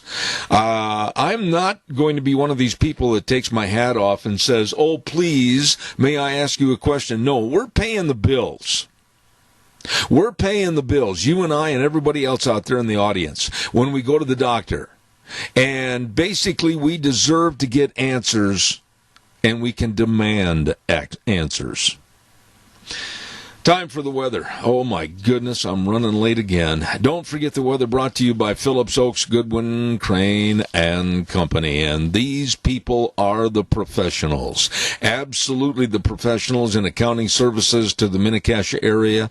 And they have been for over 50 years. I mean, they know. They know how to help you, your family, your business with tax return preparation, tax planning, assistance with the IRS, business consulting, retirement planning, all of this and so much more. With offices in Burley and Rupert, work with the professionals, Phillips Oakes, Goodwin, Crane, and Company. And right now, here's Gina with the weather. It appears the inversion is going to be trapping in the residual smoke and harvest dust, at least for the next couple of days. Here's a look at your weather forecast for this Wednesday. We are expecting sunny skies, but still pretty dusty and smoky out there. If you have upper respiratory issues, take note of that. We are expecting a high of 81. Tonight, partly cloudy skies, low of 40. By tomorrow, widespread haze throughout the rest of the day, high of 80. Not really much of a breeze to speak of. And that's your weather for Zebeth Reyes. Thank you, Gina. Brought to everybody by our friends, my friends, yours, of course, the professionals, Phillips Oakes, Goodwin, Crane, and Company. Accounting services to the Mini-Cassia area and beyond. And don't forget, offices at 1710 Overland Avenue in Burley and 625 5th Street in Rupert. Phillips Oakes, Goodwin, Crane, and Company. Real quick, I've got to remind you, too, about our dear friends at Patterson's Electronics. Oh, my goodness, when it comes to electronics, they know it all, they have it all, and they can help you with it all. I mean, we're talking all the best of home theater systems. They know. They've got all the video surveillance cameras. They know. And, of course, car stereos and speakers, complete sound systems, all the TVs, all the cables, all the cords. I mean, they know everything about electronics. Curtis and Lorena at 421 East Main in Burley, Patterson's Electronics. They're open Monday through Saturday, 9 to 6. You stop in and see these really, really good folks today. You know what? We got a little change in the order today, and normally on Thursdays I do the Starving to Death. Well, today we're going to do Starving to Death because Sharon is going to be doing the program for me tomorrow. We've got some doctor's appointments that we have to attend, and so therefore we're going to be gone. So I want to tell everybody, if you're hungry and starving to death, I know some great places to go. How about the AC Drive-In? I love that place at 601 East Main in Burley. And they've got all the kids' meals when the kids are in the back seat. I want this, I want that. They've got it all right there at AC Drive-In, along with the famous Farmer Brown burgers and all the shakes and all the fries with the special sauce. All of this and more at the AC Drive-In, 601 East Main in Burley. Well, how about Taco Bandito? Oh, senor, you're going to love it at 2301 Overland in Burley. I absolutely love that new pork burrito with beans, pork, rice, sour cream, and cheese. Oh, it's good. And you got to remember they've got everything on the menu absolutely fantastic. Breakfast burritos, everything at Taco Bandito, 2301 Overland in Burley. Well, let's try two locations of Burgers Etc. 124 South Oneida in Rupert and 700 Overland in Burley. Holy smokes, you drive in there and those people are so friendly, so helpful, and you're going to love it. And the food is so good. Don't forget, they've got everything there. A complete list of all the burgers and the sandwiches and everything, corn dogs and burritos. I mean, it's all there for you with really friendly, helpful people at Burgers Etc. in Rupert and Burley. And last but not least, how about Steve-O's Food made the way you love it at 290 South, 600 West of Heyburn. Don't forget, they've got all the tasty steaks, the fillets, the ribeyes, the sirloins, and really nice people serving you. Pick up the menu and sit back and go, holy cow, look at all these delicious choices. Absolutely. They're open Monday to Saturday, 11 to 9. You stop over at Steve-O's, 290 South, 600 West of Heyburn. And those are just a few great places to go when you're hungry and starving to death. Right now, real quick, I'm going to tell you that next hour, two great guests. First of all, Andrew Puzder is going to be on the phone at 10:06, wrote a book called It's Time to Let America Work Again. And then at 10:30, Michael Beatrice is going to be on talking about COVID-19. You don't want to miss it. Great program, great guest this morning. We'll be back in about 7 minutes.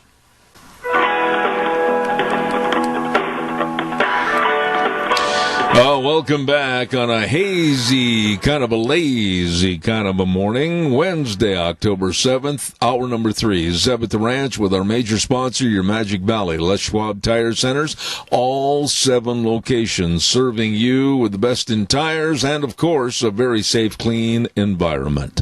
And let's give a great big shout-out, thank you, to Burley Physical Therapy and Rehabilitation at 1263 Bennett Avenue, Suite 2 in Burley, helping you get back to being you.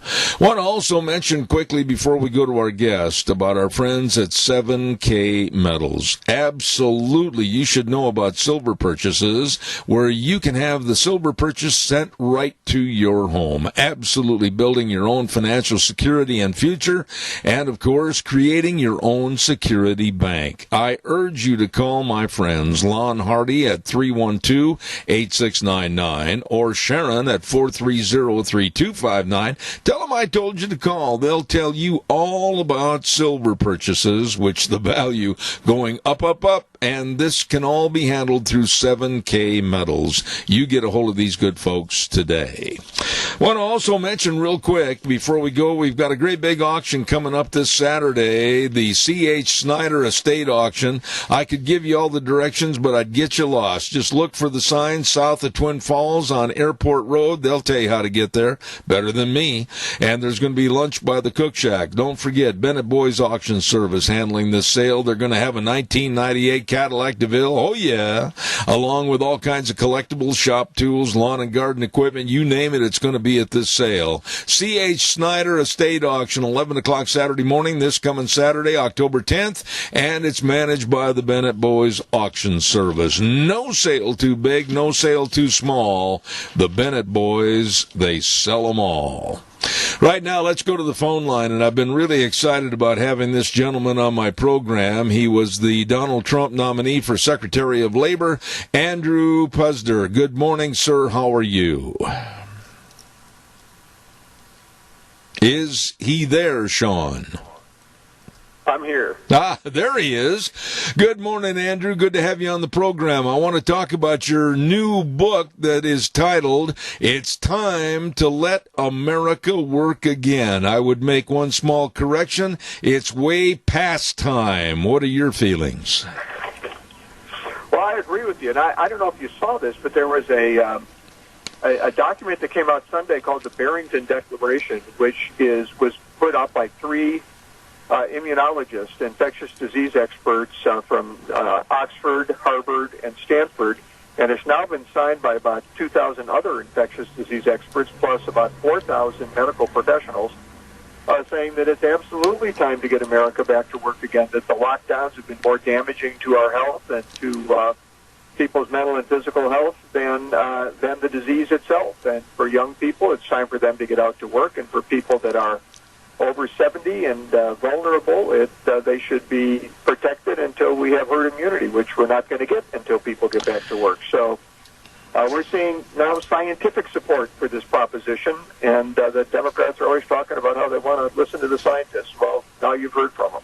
You know, Andrew, I'm so glad to hear you give us that kind of a little summation. I am going to fight anything and everything with future lockdowns. I'm going to go against anything with closing down of churches like Cuomo wants to do in New York State and also de Blasio in the city of New York. I am fed up with government forgetting the first three words of our Constitution, we the people, and it's about damn time we started taking things back. It absolutely is. This lockdown's gone on long enough, and it's funny. You know, if you look at the 10 states with the lowest unemployment rates, 9 of them have Republican governors, and if you look at the 10 worst states with the highest unemployment rates, 9 of them have Democrat governors. This has become political. This isn't about there's this hysteria about the disease. It's not so much that the virus is harmful to younger people. It isn't. I mean, the survival rates are exceptionally high. That's not to demean anyone's death or to demean the seriousness of the disease or the suffering people go through. But the death rate. Did you see the CDC death rate, the survivability rate? Yes, I did. Yes, I did. I mean, even for people who are between the ages of 50 and 69, survivability is 98.5%. That's right. It isn't until you get over 70 that it drops down to 94.6%. So, below 70 years of age, the survivability rate is very close to 100%. And, if you keep the economy locked down in your state because of that, it's just political at this point. It's not because we need to be shut down. It's because it benefits one party to be shut down. I just had, previous to your coming on the program this morning, Andrew, I had Dr. Carla Dean Graves, and she absolutely reiterates everything that you were just talking about. I'm fed up with this. I'm fed up with government playing the clandestine role of saying you can or you can't, who's essential and who's non-essential. I'll tell you what, we're all essential. We're all in this life trying to make something of our lives, and I'm fed up with government shutting us down. Well, the Democrats have been very open about this. I have to say from the beginning, they have all said this is an opportunity for us to enact our progressive agenda. Even Joe Biden said the coronavirus is an excellent opportunity to transform America. Well, maybe we should be dealing with this as a health problem and not as an opportunity to enact a political agenda. Maybe if we were doing that, America would be even further along the path to economic recovery. By the way, we are in the midst of the strongest economic recovery in the history of the United States. There's never been a recovery from a recession anything like this. We've had 5 months.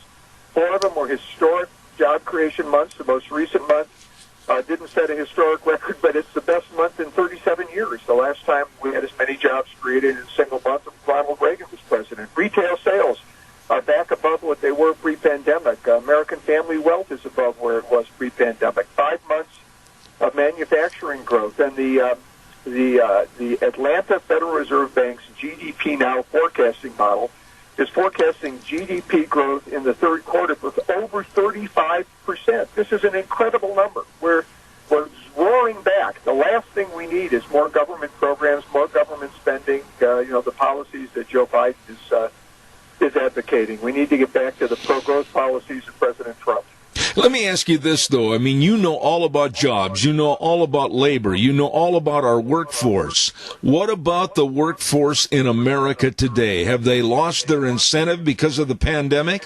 Because we're basically going to be sending out more checks. We're going to basically make it easier. What about the workforce in America? Have we lost the work ethic? I don't think we have. I mean, I think there are people out there who will always take advantage of the situation. But whenever in the past we have decreased the length of time for which people could get unemployment insurance, we've immediately seen people rejoining the workforce.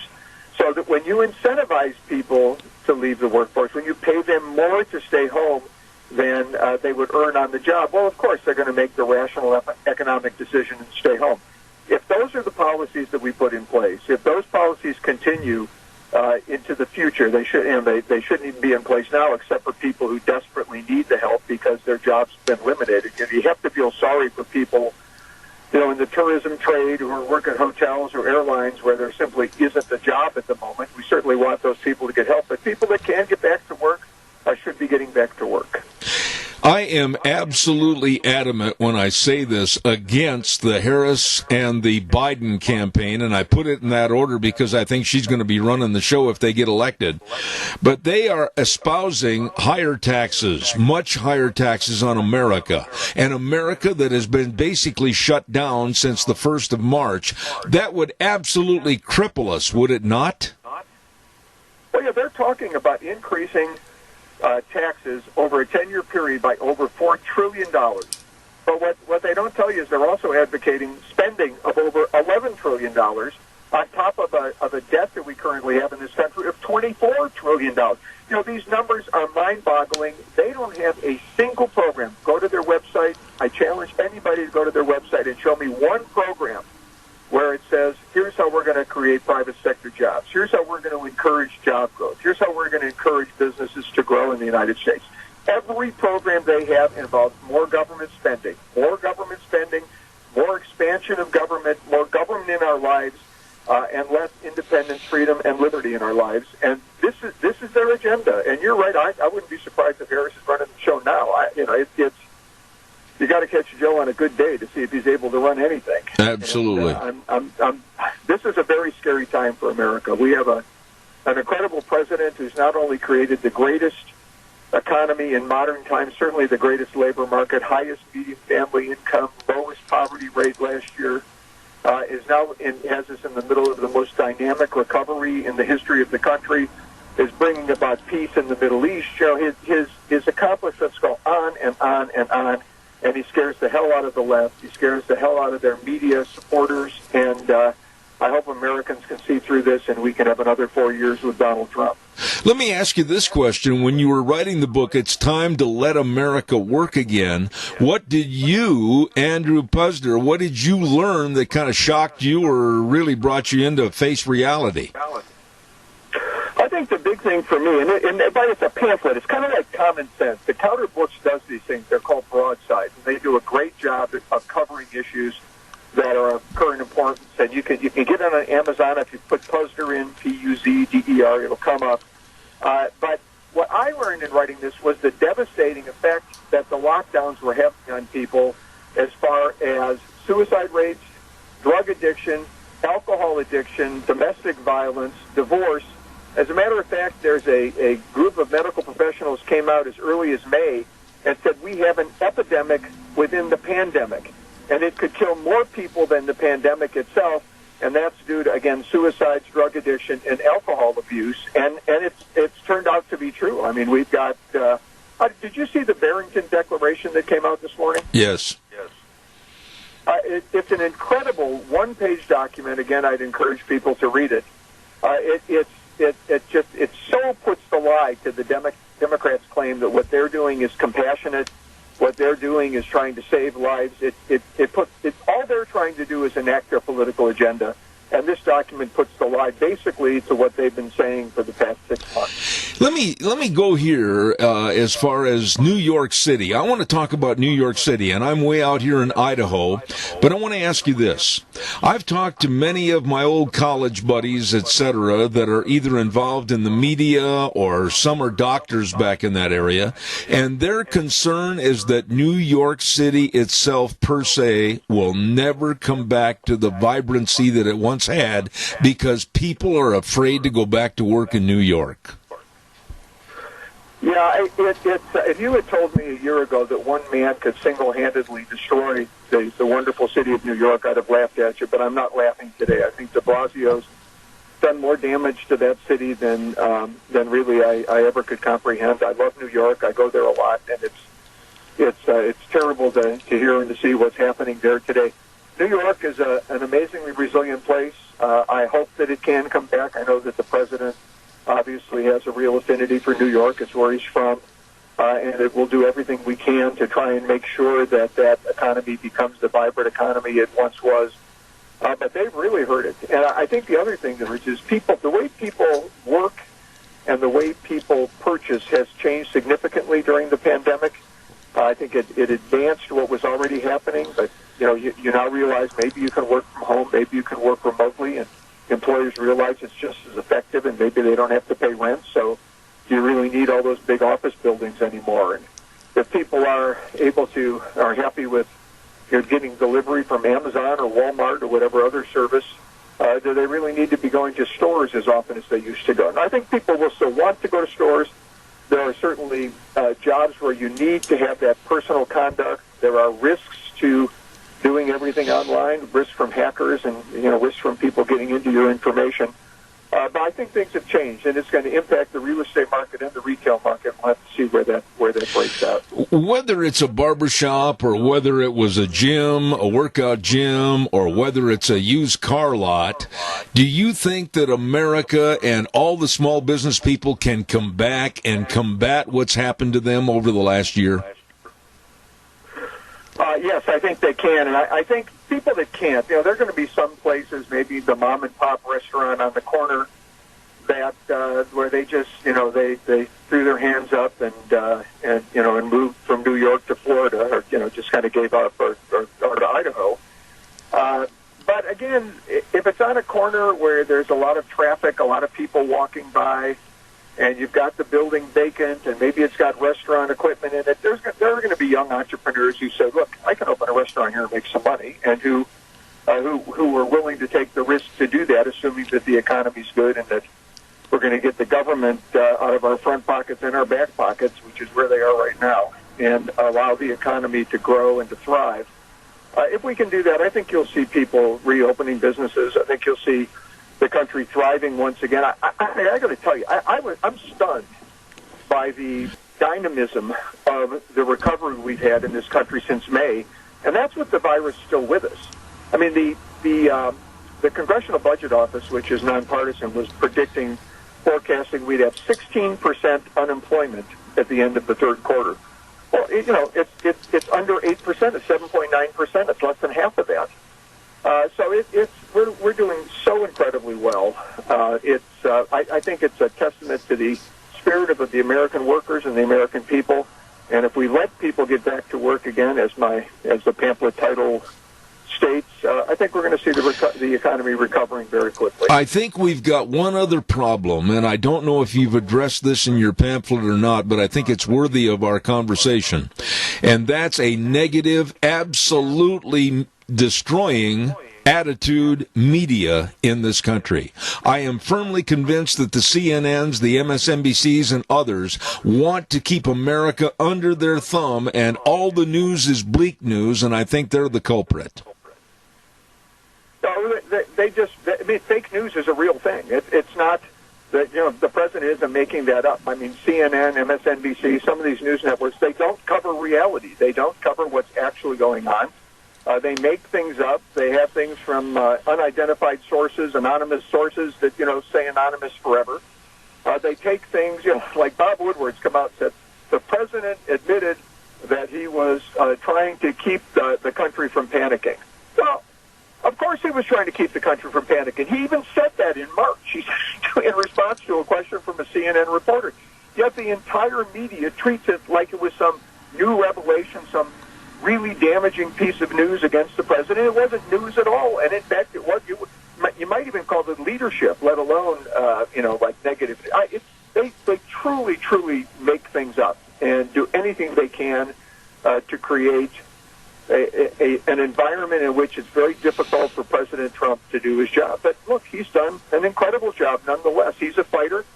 People criticize him for that, but could you imagine being attacked day after day, hour after hour, every day, like this guy has for the past 4 years? It's amazing that he's still around. Absolutely. He's still around. He's still fighting. He's fighting now with Nancy Pelosi to try and prevent her from shoving past Republicans a bill that will, bail out blue states and blue cities that have been run irresponsibly, and to enact, again, this policy agenda that they're trying to use the coronavirus to enact. The coronavirus wasn't an opportunity. The coronavirus was a huge problem. It was a problem for American people, and it remains a problem, and it should be addressed as one. The Democrats want to address it as an opportunity, and I hope voters will make them pay for it in November. The one thing that makes me feel so good about having you on the air is the title, It's Time to Let America Work Again. We cannot be subdued by a virus that's never going to go away. We can't be subdued by flu season. We can't be subdued by a cold season. We've got to get out of the bubble and go to work. Yeah, it's interesting. This Barrington Declaration it points out that influenza, which is what caused a huge pandemic at the end of World War I back in 1918 and 1919, is still around. I mean, people die from influenza, and what the Barrington Declaration points out is, for young people, more of them die from influenza than die from the COVID-19. Yes. This is so we're in an upside down, topsy-turvy, Alice in Wonderland type world where they're using a virus with a very low death rate, a very high percentage of survivability, higher every day as we come up with new therapeutics. We're on the verge of having a vaccine, and they're still trying to treat it like we're in the middle of the Black Death back in Europe, and it's just not true. And it's time for the country to, as it says in the pamphlet, it's time to let America get back to work. This may be off the rails a little bit, Andrew, but you have more insight probably than I would because of the people that you know. What is the general gist of all the polls that say Biden is leading by maybe as much as 10 or 12 points and that the election's basically over and it's going to be Biden and Harris? What are you hearing on the street or the people that you know?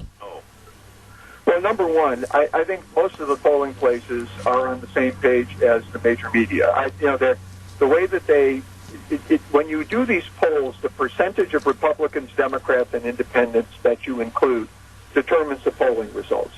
And there's certainly a lot of allegations out there. You can see them online where they point out the percentages of Democrats and Independents that they've included in these polls, the high percentages, and the low percentages of Republicans. Really kind of direct the results. There are good polls out there. The Investor Business Daily report just came out a few days ago and showed Biden ahead by 3 percentage points, which if he's ahead by 3 percentage points, then President Trump's going to win the election because a lot of those voters are in New York and California. Right. And he'll carry all those swing states. The swing state polls are the ones to look at. There's a very good polling agency called Trafalgar. If you go online and check out the Trafalgar polls, I think you'll get a much more accurate reading on what's going on in these different states and in these different localities. So it's discouraging to see the polls, but try not to be discouraged. We were discouraged by the Hillary Clinton polls as well, and President Trump pulled that out. He's a fighter and a winner, and hopefully he'll win again. Absolutely. The author of the pamphlet called It's Time to Let America Work Again, Andrew Puzder. You are welcome here anytime, sir. Thank you very much, and God bless you. Thank you. I enjoyed having him on the air. He is the former Trump nominee for Secretary of Labor, and honored to have him on the program. And he has written what's called "It's Time to Let America Work Again." Thank you very much, Andrew Puzder. Appreciate that. Want to remind you, too, about our friends over at Lee's Furniture, Floors, and More. Hello, Jeff and the rest of the crew. I mean, holy smokes, they've got everything for the beautification and the comfortization of your home. I mean, you come home at night and you want to kick your boots off and just kind of lay back in a recliner and wait for supper. I'm telling you, they've got the greatest selection of recliners. You go in and try one on. You got to try them on. They've got recliners for tall people, short people, thin people, and people like me. And you got to find one that fits you. Stop in at Lee's Furniture, Floors, and More. All your mattresses, your bedroom sets, all your floor covering, all your carpet. Oh, the list goes on. And these people really know. At Lee's Furniture, Floors, and More. 459 Overland in Burley. You stop in and see Jeff and the crew today. I want to just take a moment and tell you that tomorrow I've asked Sharon to take over the reins on Thursday due to the fact that we've got some doctor's appointments to go to. And when I say that, I'm saying it with a smile on my face because I'm happy that my lovely wife is doing so much better. Absolutely so much better. We got a long way to go, but I'll tell you what, she has made some great advances, and to all of you out there with your kind thoughts, cards, well wishes, emails, everything, thank you very much. She is doing phenomenal, and I mean that. I'm a happy camper. She's getting a lot better, and just some checkups that we got to take care of tomorrow, and so Sharon's going to come in and fill the bill for the program on Thursday. Right now, we're going to send this back over to our main studios, and we'll be back in about 3 minutes. And now, back to Zeb at the Ranch on AM 1230 KBAR. To reach Zeb, call 436-2244 or toll free 1-866-927-4587. And now, here is Zeb Bell. We are going to stay in the vein of talking about COVID-19, and you already know my feelings about how we have been absolutely led blindfolded down a primrose path into believing the absolute deathly attitude of COVID-19. We have with us next a man that has written a book called COVID-19 Lockdowns on Trial, and his name is Michael Beatrice. Michael, good morning and welcome to the program. Good morning to you. I'm just going to lay it on the line to you. I agree with the concept of your book, and Sean over at the station, we've got a tremendous feedback coming down the line, please. But I want you to give us kind of a synopsis of the book. What does it mean, COVID-19 Lockdowns on Trial?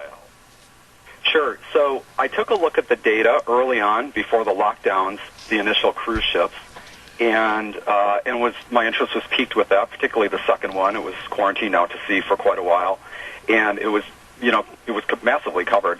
And when it ported in, nothing really happened, and I thought that was odd considering Wuhan had locked down and there was a lot of attention on it.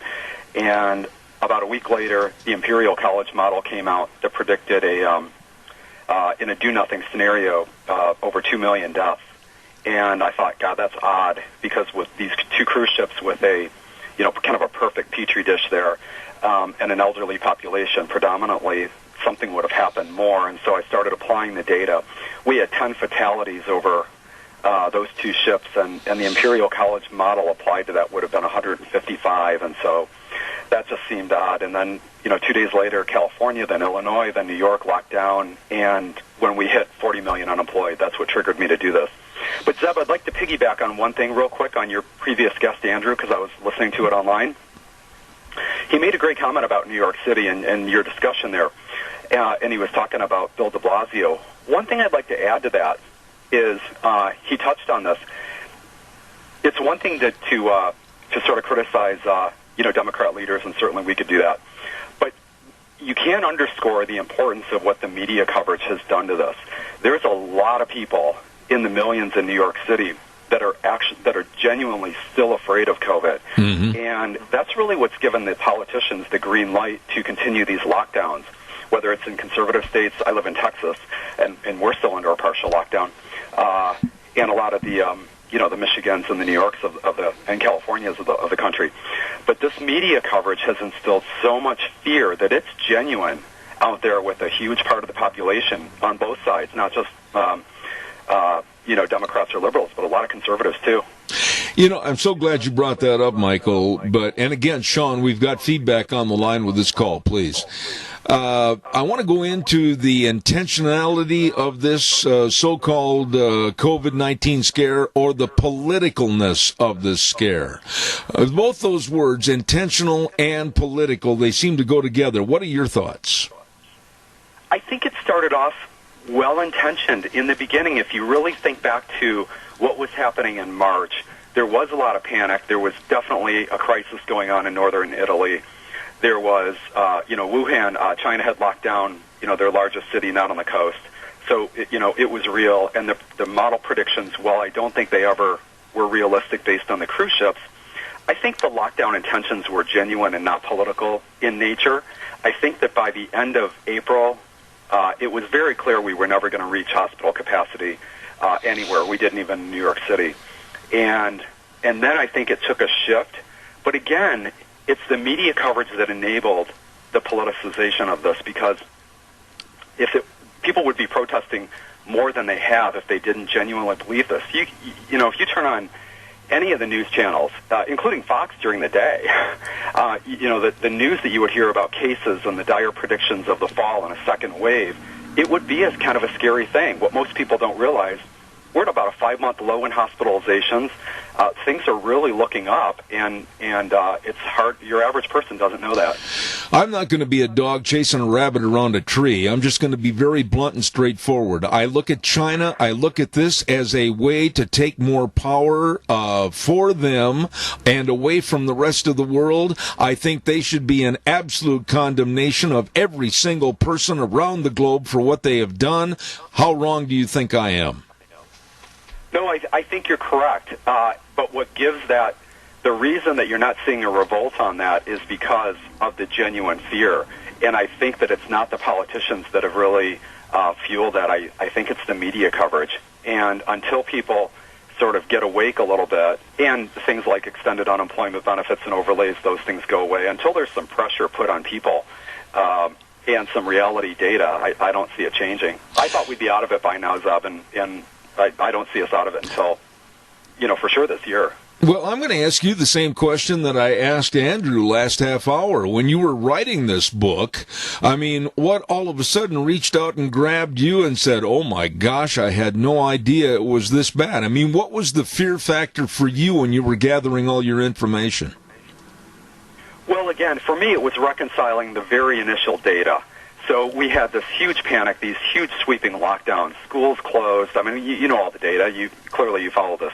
But when I reconciled it, it was very clear that COVID-19 was only going to be a significant risk to the very elderly, to people with 3 to 4 known comorbidities. It was going to be less dangerous than the flu to anybody under 50, but more dangerous than the flu to people over 75 or 70, or with, some of those conditions. So in a way, we're sort of lucky because it's not as dangerous to the general population as even the flu, but it is more dangerous to, a couple segments. But it was really the sweeping lockdowns disproportionate to the risk. And when hospitals were going broke, Andrew touched on this too, but hospitals, by and large, were going broke if they didn't get a CARES Act bailout. General practitioners, surgeons, they'd all be, not all, but a lot of them would be out of business today. Michael, I look at this situation with COVID-19. Yes, I fear it, but I'm not afraid of it. Does that make sense? And I look at this as a death knell to our American culture, the possibility that we may not be able to celebrate Thanksgiving and hold hands with our family around the table and pray. We may not be able to celebrate Christmas with the exchange of gifts and well wishes to our friends and neighbors. I look at this disease being used as a death knell against our American culture. Do you think I'm wrong? No, I think you're right, and I think, in your previous segment, you guys touched on, the pandemic has evolved to be dealing with the pandemic, not the actual illness itself. But, to another extent there, it depends where you live, right? If you live in Florida, if you live in South Dakota. I actually did a deep dive on comparing South Dakota and Idaho's data because you guys had a tighter lockdown than South Dakota. Yes. And the data's almost identical. And that's one of those puzzling things is when you look at, Florida's opened up and California's locked down, and they have very similar data. There's no correlating data that suggests masks or lockdowns have really done anything mitigating. And somehow somebody's going to have to wake up. But it's going to have to be voters, and it's going to have to be the general population. Michael, when you were doing the study on this, I'm sure that you probably ran across facts and figures that would prove me to be correct. The damage to our kids, not only by missing school and missing their education and missing the enlargement and the growth of their education, but also their sports events and also their minds. I mean, these kids have been locked in on something that has absolutely stolen their childhood. What are your thoughts on that? Yeah, I agree. I mean, you touched on the things, but there's psychological things, and I've focused a little bit more on the learning side of it. And, this is going to end up a lost year for so many kids. And what's really frustrating is that if you're in the upper middle class or upper class segments of the population, you will find tutors and make this up. But where COVID-19 has really preyed on the physically frail, the lockdowns have really preyed on the socially and economically frail. And so you're going to see kids with, limited internet access and maybe less parent involvement. Those kids are really it's going to be a genuine lost year. You will never be able to make up this year's loss in math and science classes. And it's going to be devastating. The book, COVID-19, Lockdowns on Trial, what did you want the general public, when they closed the cover on the last page, what do you want them to take away from your book? It's really awareness of this, so it's really contextualizing the data. I'm not a COVID denier, right? COVID-19 is very real. It's the most real virus we've had since HIV. There's no question about that. Is it real enough to justify the lockdowns? And so I made my case that answer is no. And so I think we've just gone overboard, and we should be doing things like Scott Atlas has been a proponent of, which is you insulate the people that are vulnerable. Everybody else has to go about their thing, probably in 90 days, if that's the case, so you get through to a population immunity phase, and we're out of the woods. Do you feel, with your study for this book, that the research and the doctors and the devotion of time and energy to trying to solve COVID-19, is it on the right path or is it lacking?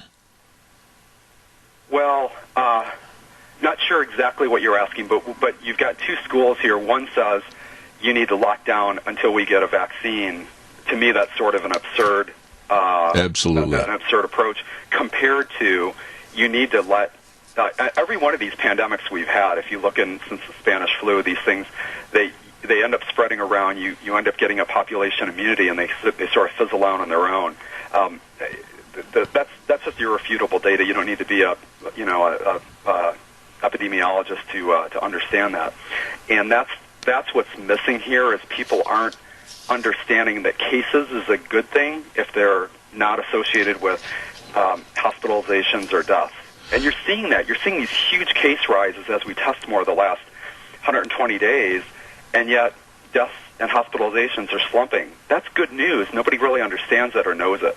When you were studying the material for the book, Michael, did you find cases and numbers of where there has been large falsifications of deaths attributed to COVID-19 that really they probably were something else? Well, I can tell you that's very difficult to do. That data it's a very manual process, and you have to do a little bit of sort of interpreting it. But where we are right now is the only true measure of the impact of COVID-19 is looking at excess deaths or all-cause mortality. So we're up about 50,000 deaths this year. That's a very significant number, and about half of those are genuine COVID-19 bumps. That's real. But we've also got about that number of what I'm calling lockdown deaths. Absolutely. And those lockdown deaths are associated with deaths of despair, some of the stuff that you guys touched on earlier, suicides, overdoses, but mostly untreated medical ailments for, things like cancer and Alzheimer's and different things like that. Those things have gone untreated, and that's causing a significant bump in deaths this year. I was listening on television early this morning at about 4 a.m., and I heard somebody say, a prognosticator of doom, saying, oh boy, look out, this fall we're going to see about 90% of our population that didn't get COVID the first time around, it's going to get hit in the second wave. What are your thoughts? Right, so, we crossed our finger. Nobody knows the answer to that. However, a lot of the people, don't forget, for everybody, over 50% of the deaths we've had have come from long-term care facilities. Yes. That's a significant sort of note to make here, because a lot of those facilities are now much better protected than they were in March and April and May. And so, unfortunately, a lot of those people that would be victims this coming year, they've left us. And so you have those victims that aren't here. You've also got a significant amount of population immunity, and particularly in the Northeast, that you didn't have before.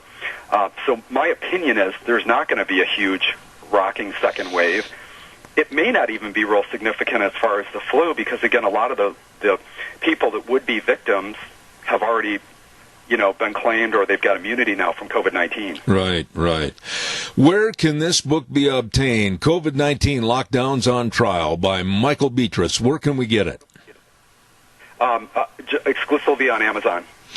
Well, you are a very interesting young man, and I certainly wish you the very best. And like I told Andrew, come back anytime. I'd love to have you on this program. I would love to do that. Thank you. All right, sir. Thank you very much. Michael Beatrice with the book COVID-19 Lockdowns on Trial.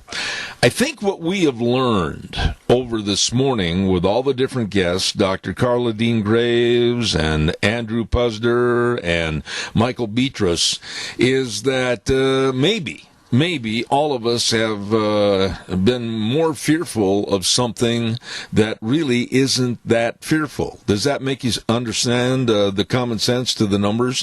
When you look at the numbers that they came out with the other day from the CDC and other organizations on the deaths, and I'm not minimizing anything. Please, I'm not minimizing any death whatsoever. But when they had the categories, the 70 and over still at almost a 95% return to health rate. That is not too bad, especially with all the medications like the hydroxychloroquine and many other things that can be applied to various cases. And yet we're stopping and shutting down our entire economy, our entire education system, and our lives because somebody told us to.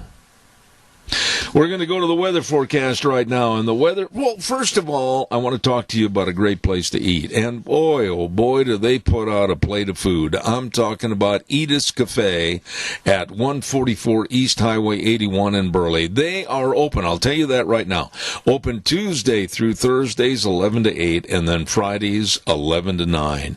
And they've got curbside available, and they've got all kinds of great catering for you, and a wonderful, delicious dining room. I mean, you go on in there and pick from anything, from the sandwiches all the way to the steaks. It's going to be great. Nice people that are really concerned about your great eating, and that's at Edith's Cafe, 144 East Highway 81 in Burley, right across from the golf course. Number to call, 878-2248. Well, that'll lead us up to, and I'm not too late this hour, our weather forecast. Caller, hang on the line. I promise I'll do the weather. I'll be right with you. Don't go away. Scarrows Meats, 331 North Road, Jerome, is the sponsor of our weather. You can go to their website, scarrowsmeats.com, and check out all the delicious meats. Or give them a call at 324-7657. Oh, yeah, the turkeys, the hams, all the pork ribs, and the tri-tips, and the bacons, and the sausages. Oh, it's all good. It's all great at Scarrows Meats. Right now, here's Gina with the weather. It appears the inversion is going to be trapping in the residual smoke and harvest dust at least for the next couple of days. Here's a look at your weather forecast for this Wednesday. We are expecting sunny skies, but still pretty dusty and smoky out there. If you have upper respiratory issues, take note of that. We are expecting a high of 81. Tonight, partly cloudy skies, low of 40. By tomorrow, widespread haze. Throughout the rest of the day, high of 80. Not really much of a breeze to speak of. That's your weather for Zeb at the Ranch. Thank you, Gina. Brought to everybody by Don Scarrow and the crew at Scarrow's Meats. 331 North Road, Jerome. Number to call, 324-7657. They are changing the way we eat, one delicious bite at a time. Caller, good morning. You're on the air. Yeah, you said just be, as you started your commercials, about us not having to worry as much about as there's different things that can be done, like hydroxychloroquine. Well, our little governor has decreed that hydroxychloroquine cannot be used in the state of Idaho. Well, I don't care what his decrees are, and I think all of us should be up in arms. If hydroxychloroquine is going to be an acceptable mode of using to fight this dreaded COVID-19, any and all of us should stand up in arms and say, yes, we want it. Yes, we will attempt to get it. Yes, we will work with our doctors. It's about time that we, the people, started showing strength. And I know, Alias, that you agree with me that we are the ones that are in charge of our own health, not doctors, not a governor, not anybody else. And it's up to us to make sure that we get the care and the medicine that is available and can possibly work. Exactly. I mean, I tried getting some, and my doctor refused, said that she can't prescribe it, period, for anything. I'll do a little bit more, Alias, I'll do some more research on that. Hydrochloroquine, which is for malaria. Yeah, I'll do some more research on that, and I promise that I can't tomorrow because I'm not going to be on the air. I'm going to have to take my wife to some doctor's appointments, but I'm making a note that Monday I'll address this, and I do appreciate your call. Thank you so much. Okay, thank you. All right, sir. I tell you what, when politics interferes with medicine and thou shalt not or thou shalt not have, then it's time for a complete uproar and revolt.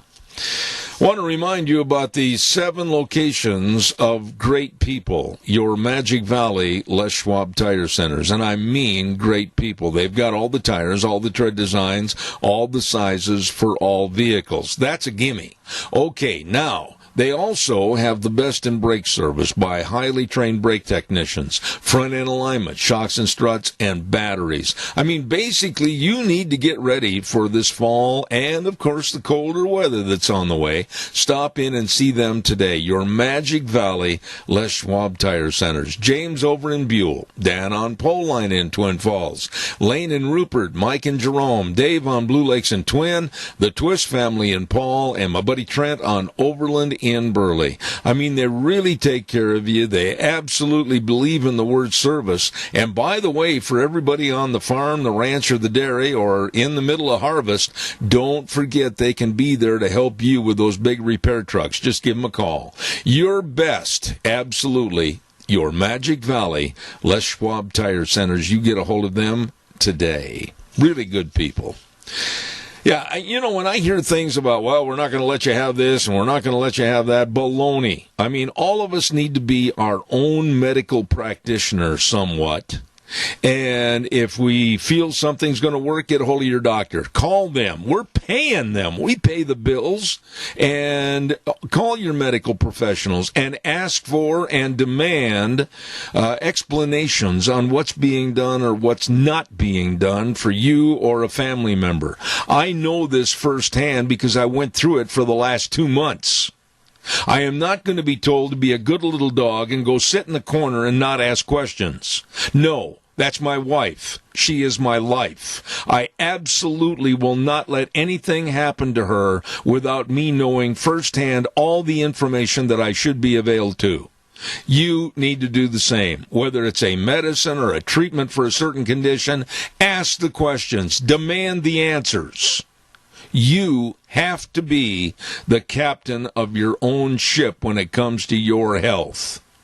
And I mean that.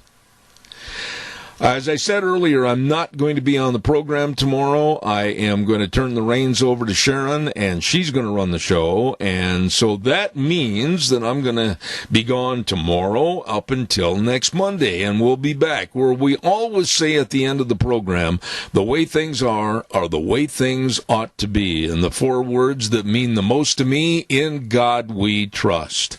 I hope you have excuse me as I choke to death at the end of the program. I hope you have a wonderful weekend. Thank you again for all your kind comments and thoughts. And we'll be back Monday at 8:06. Zeb at the Ranch. We'll see you then.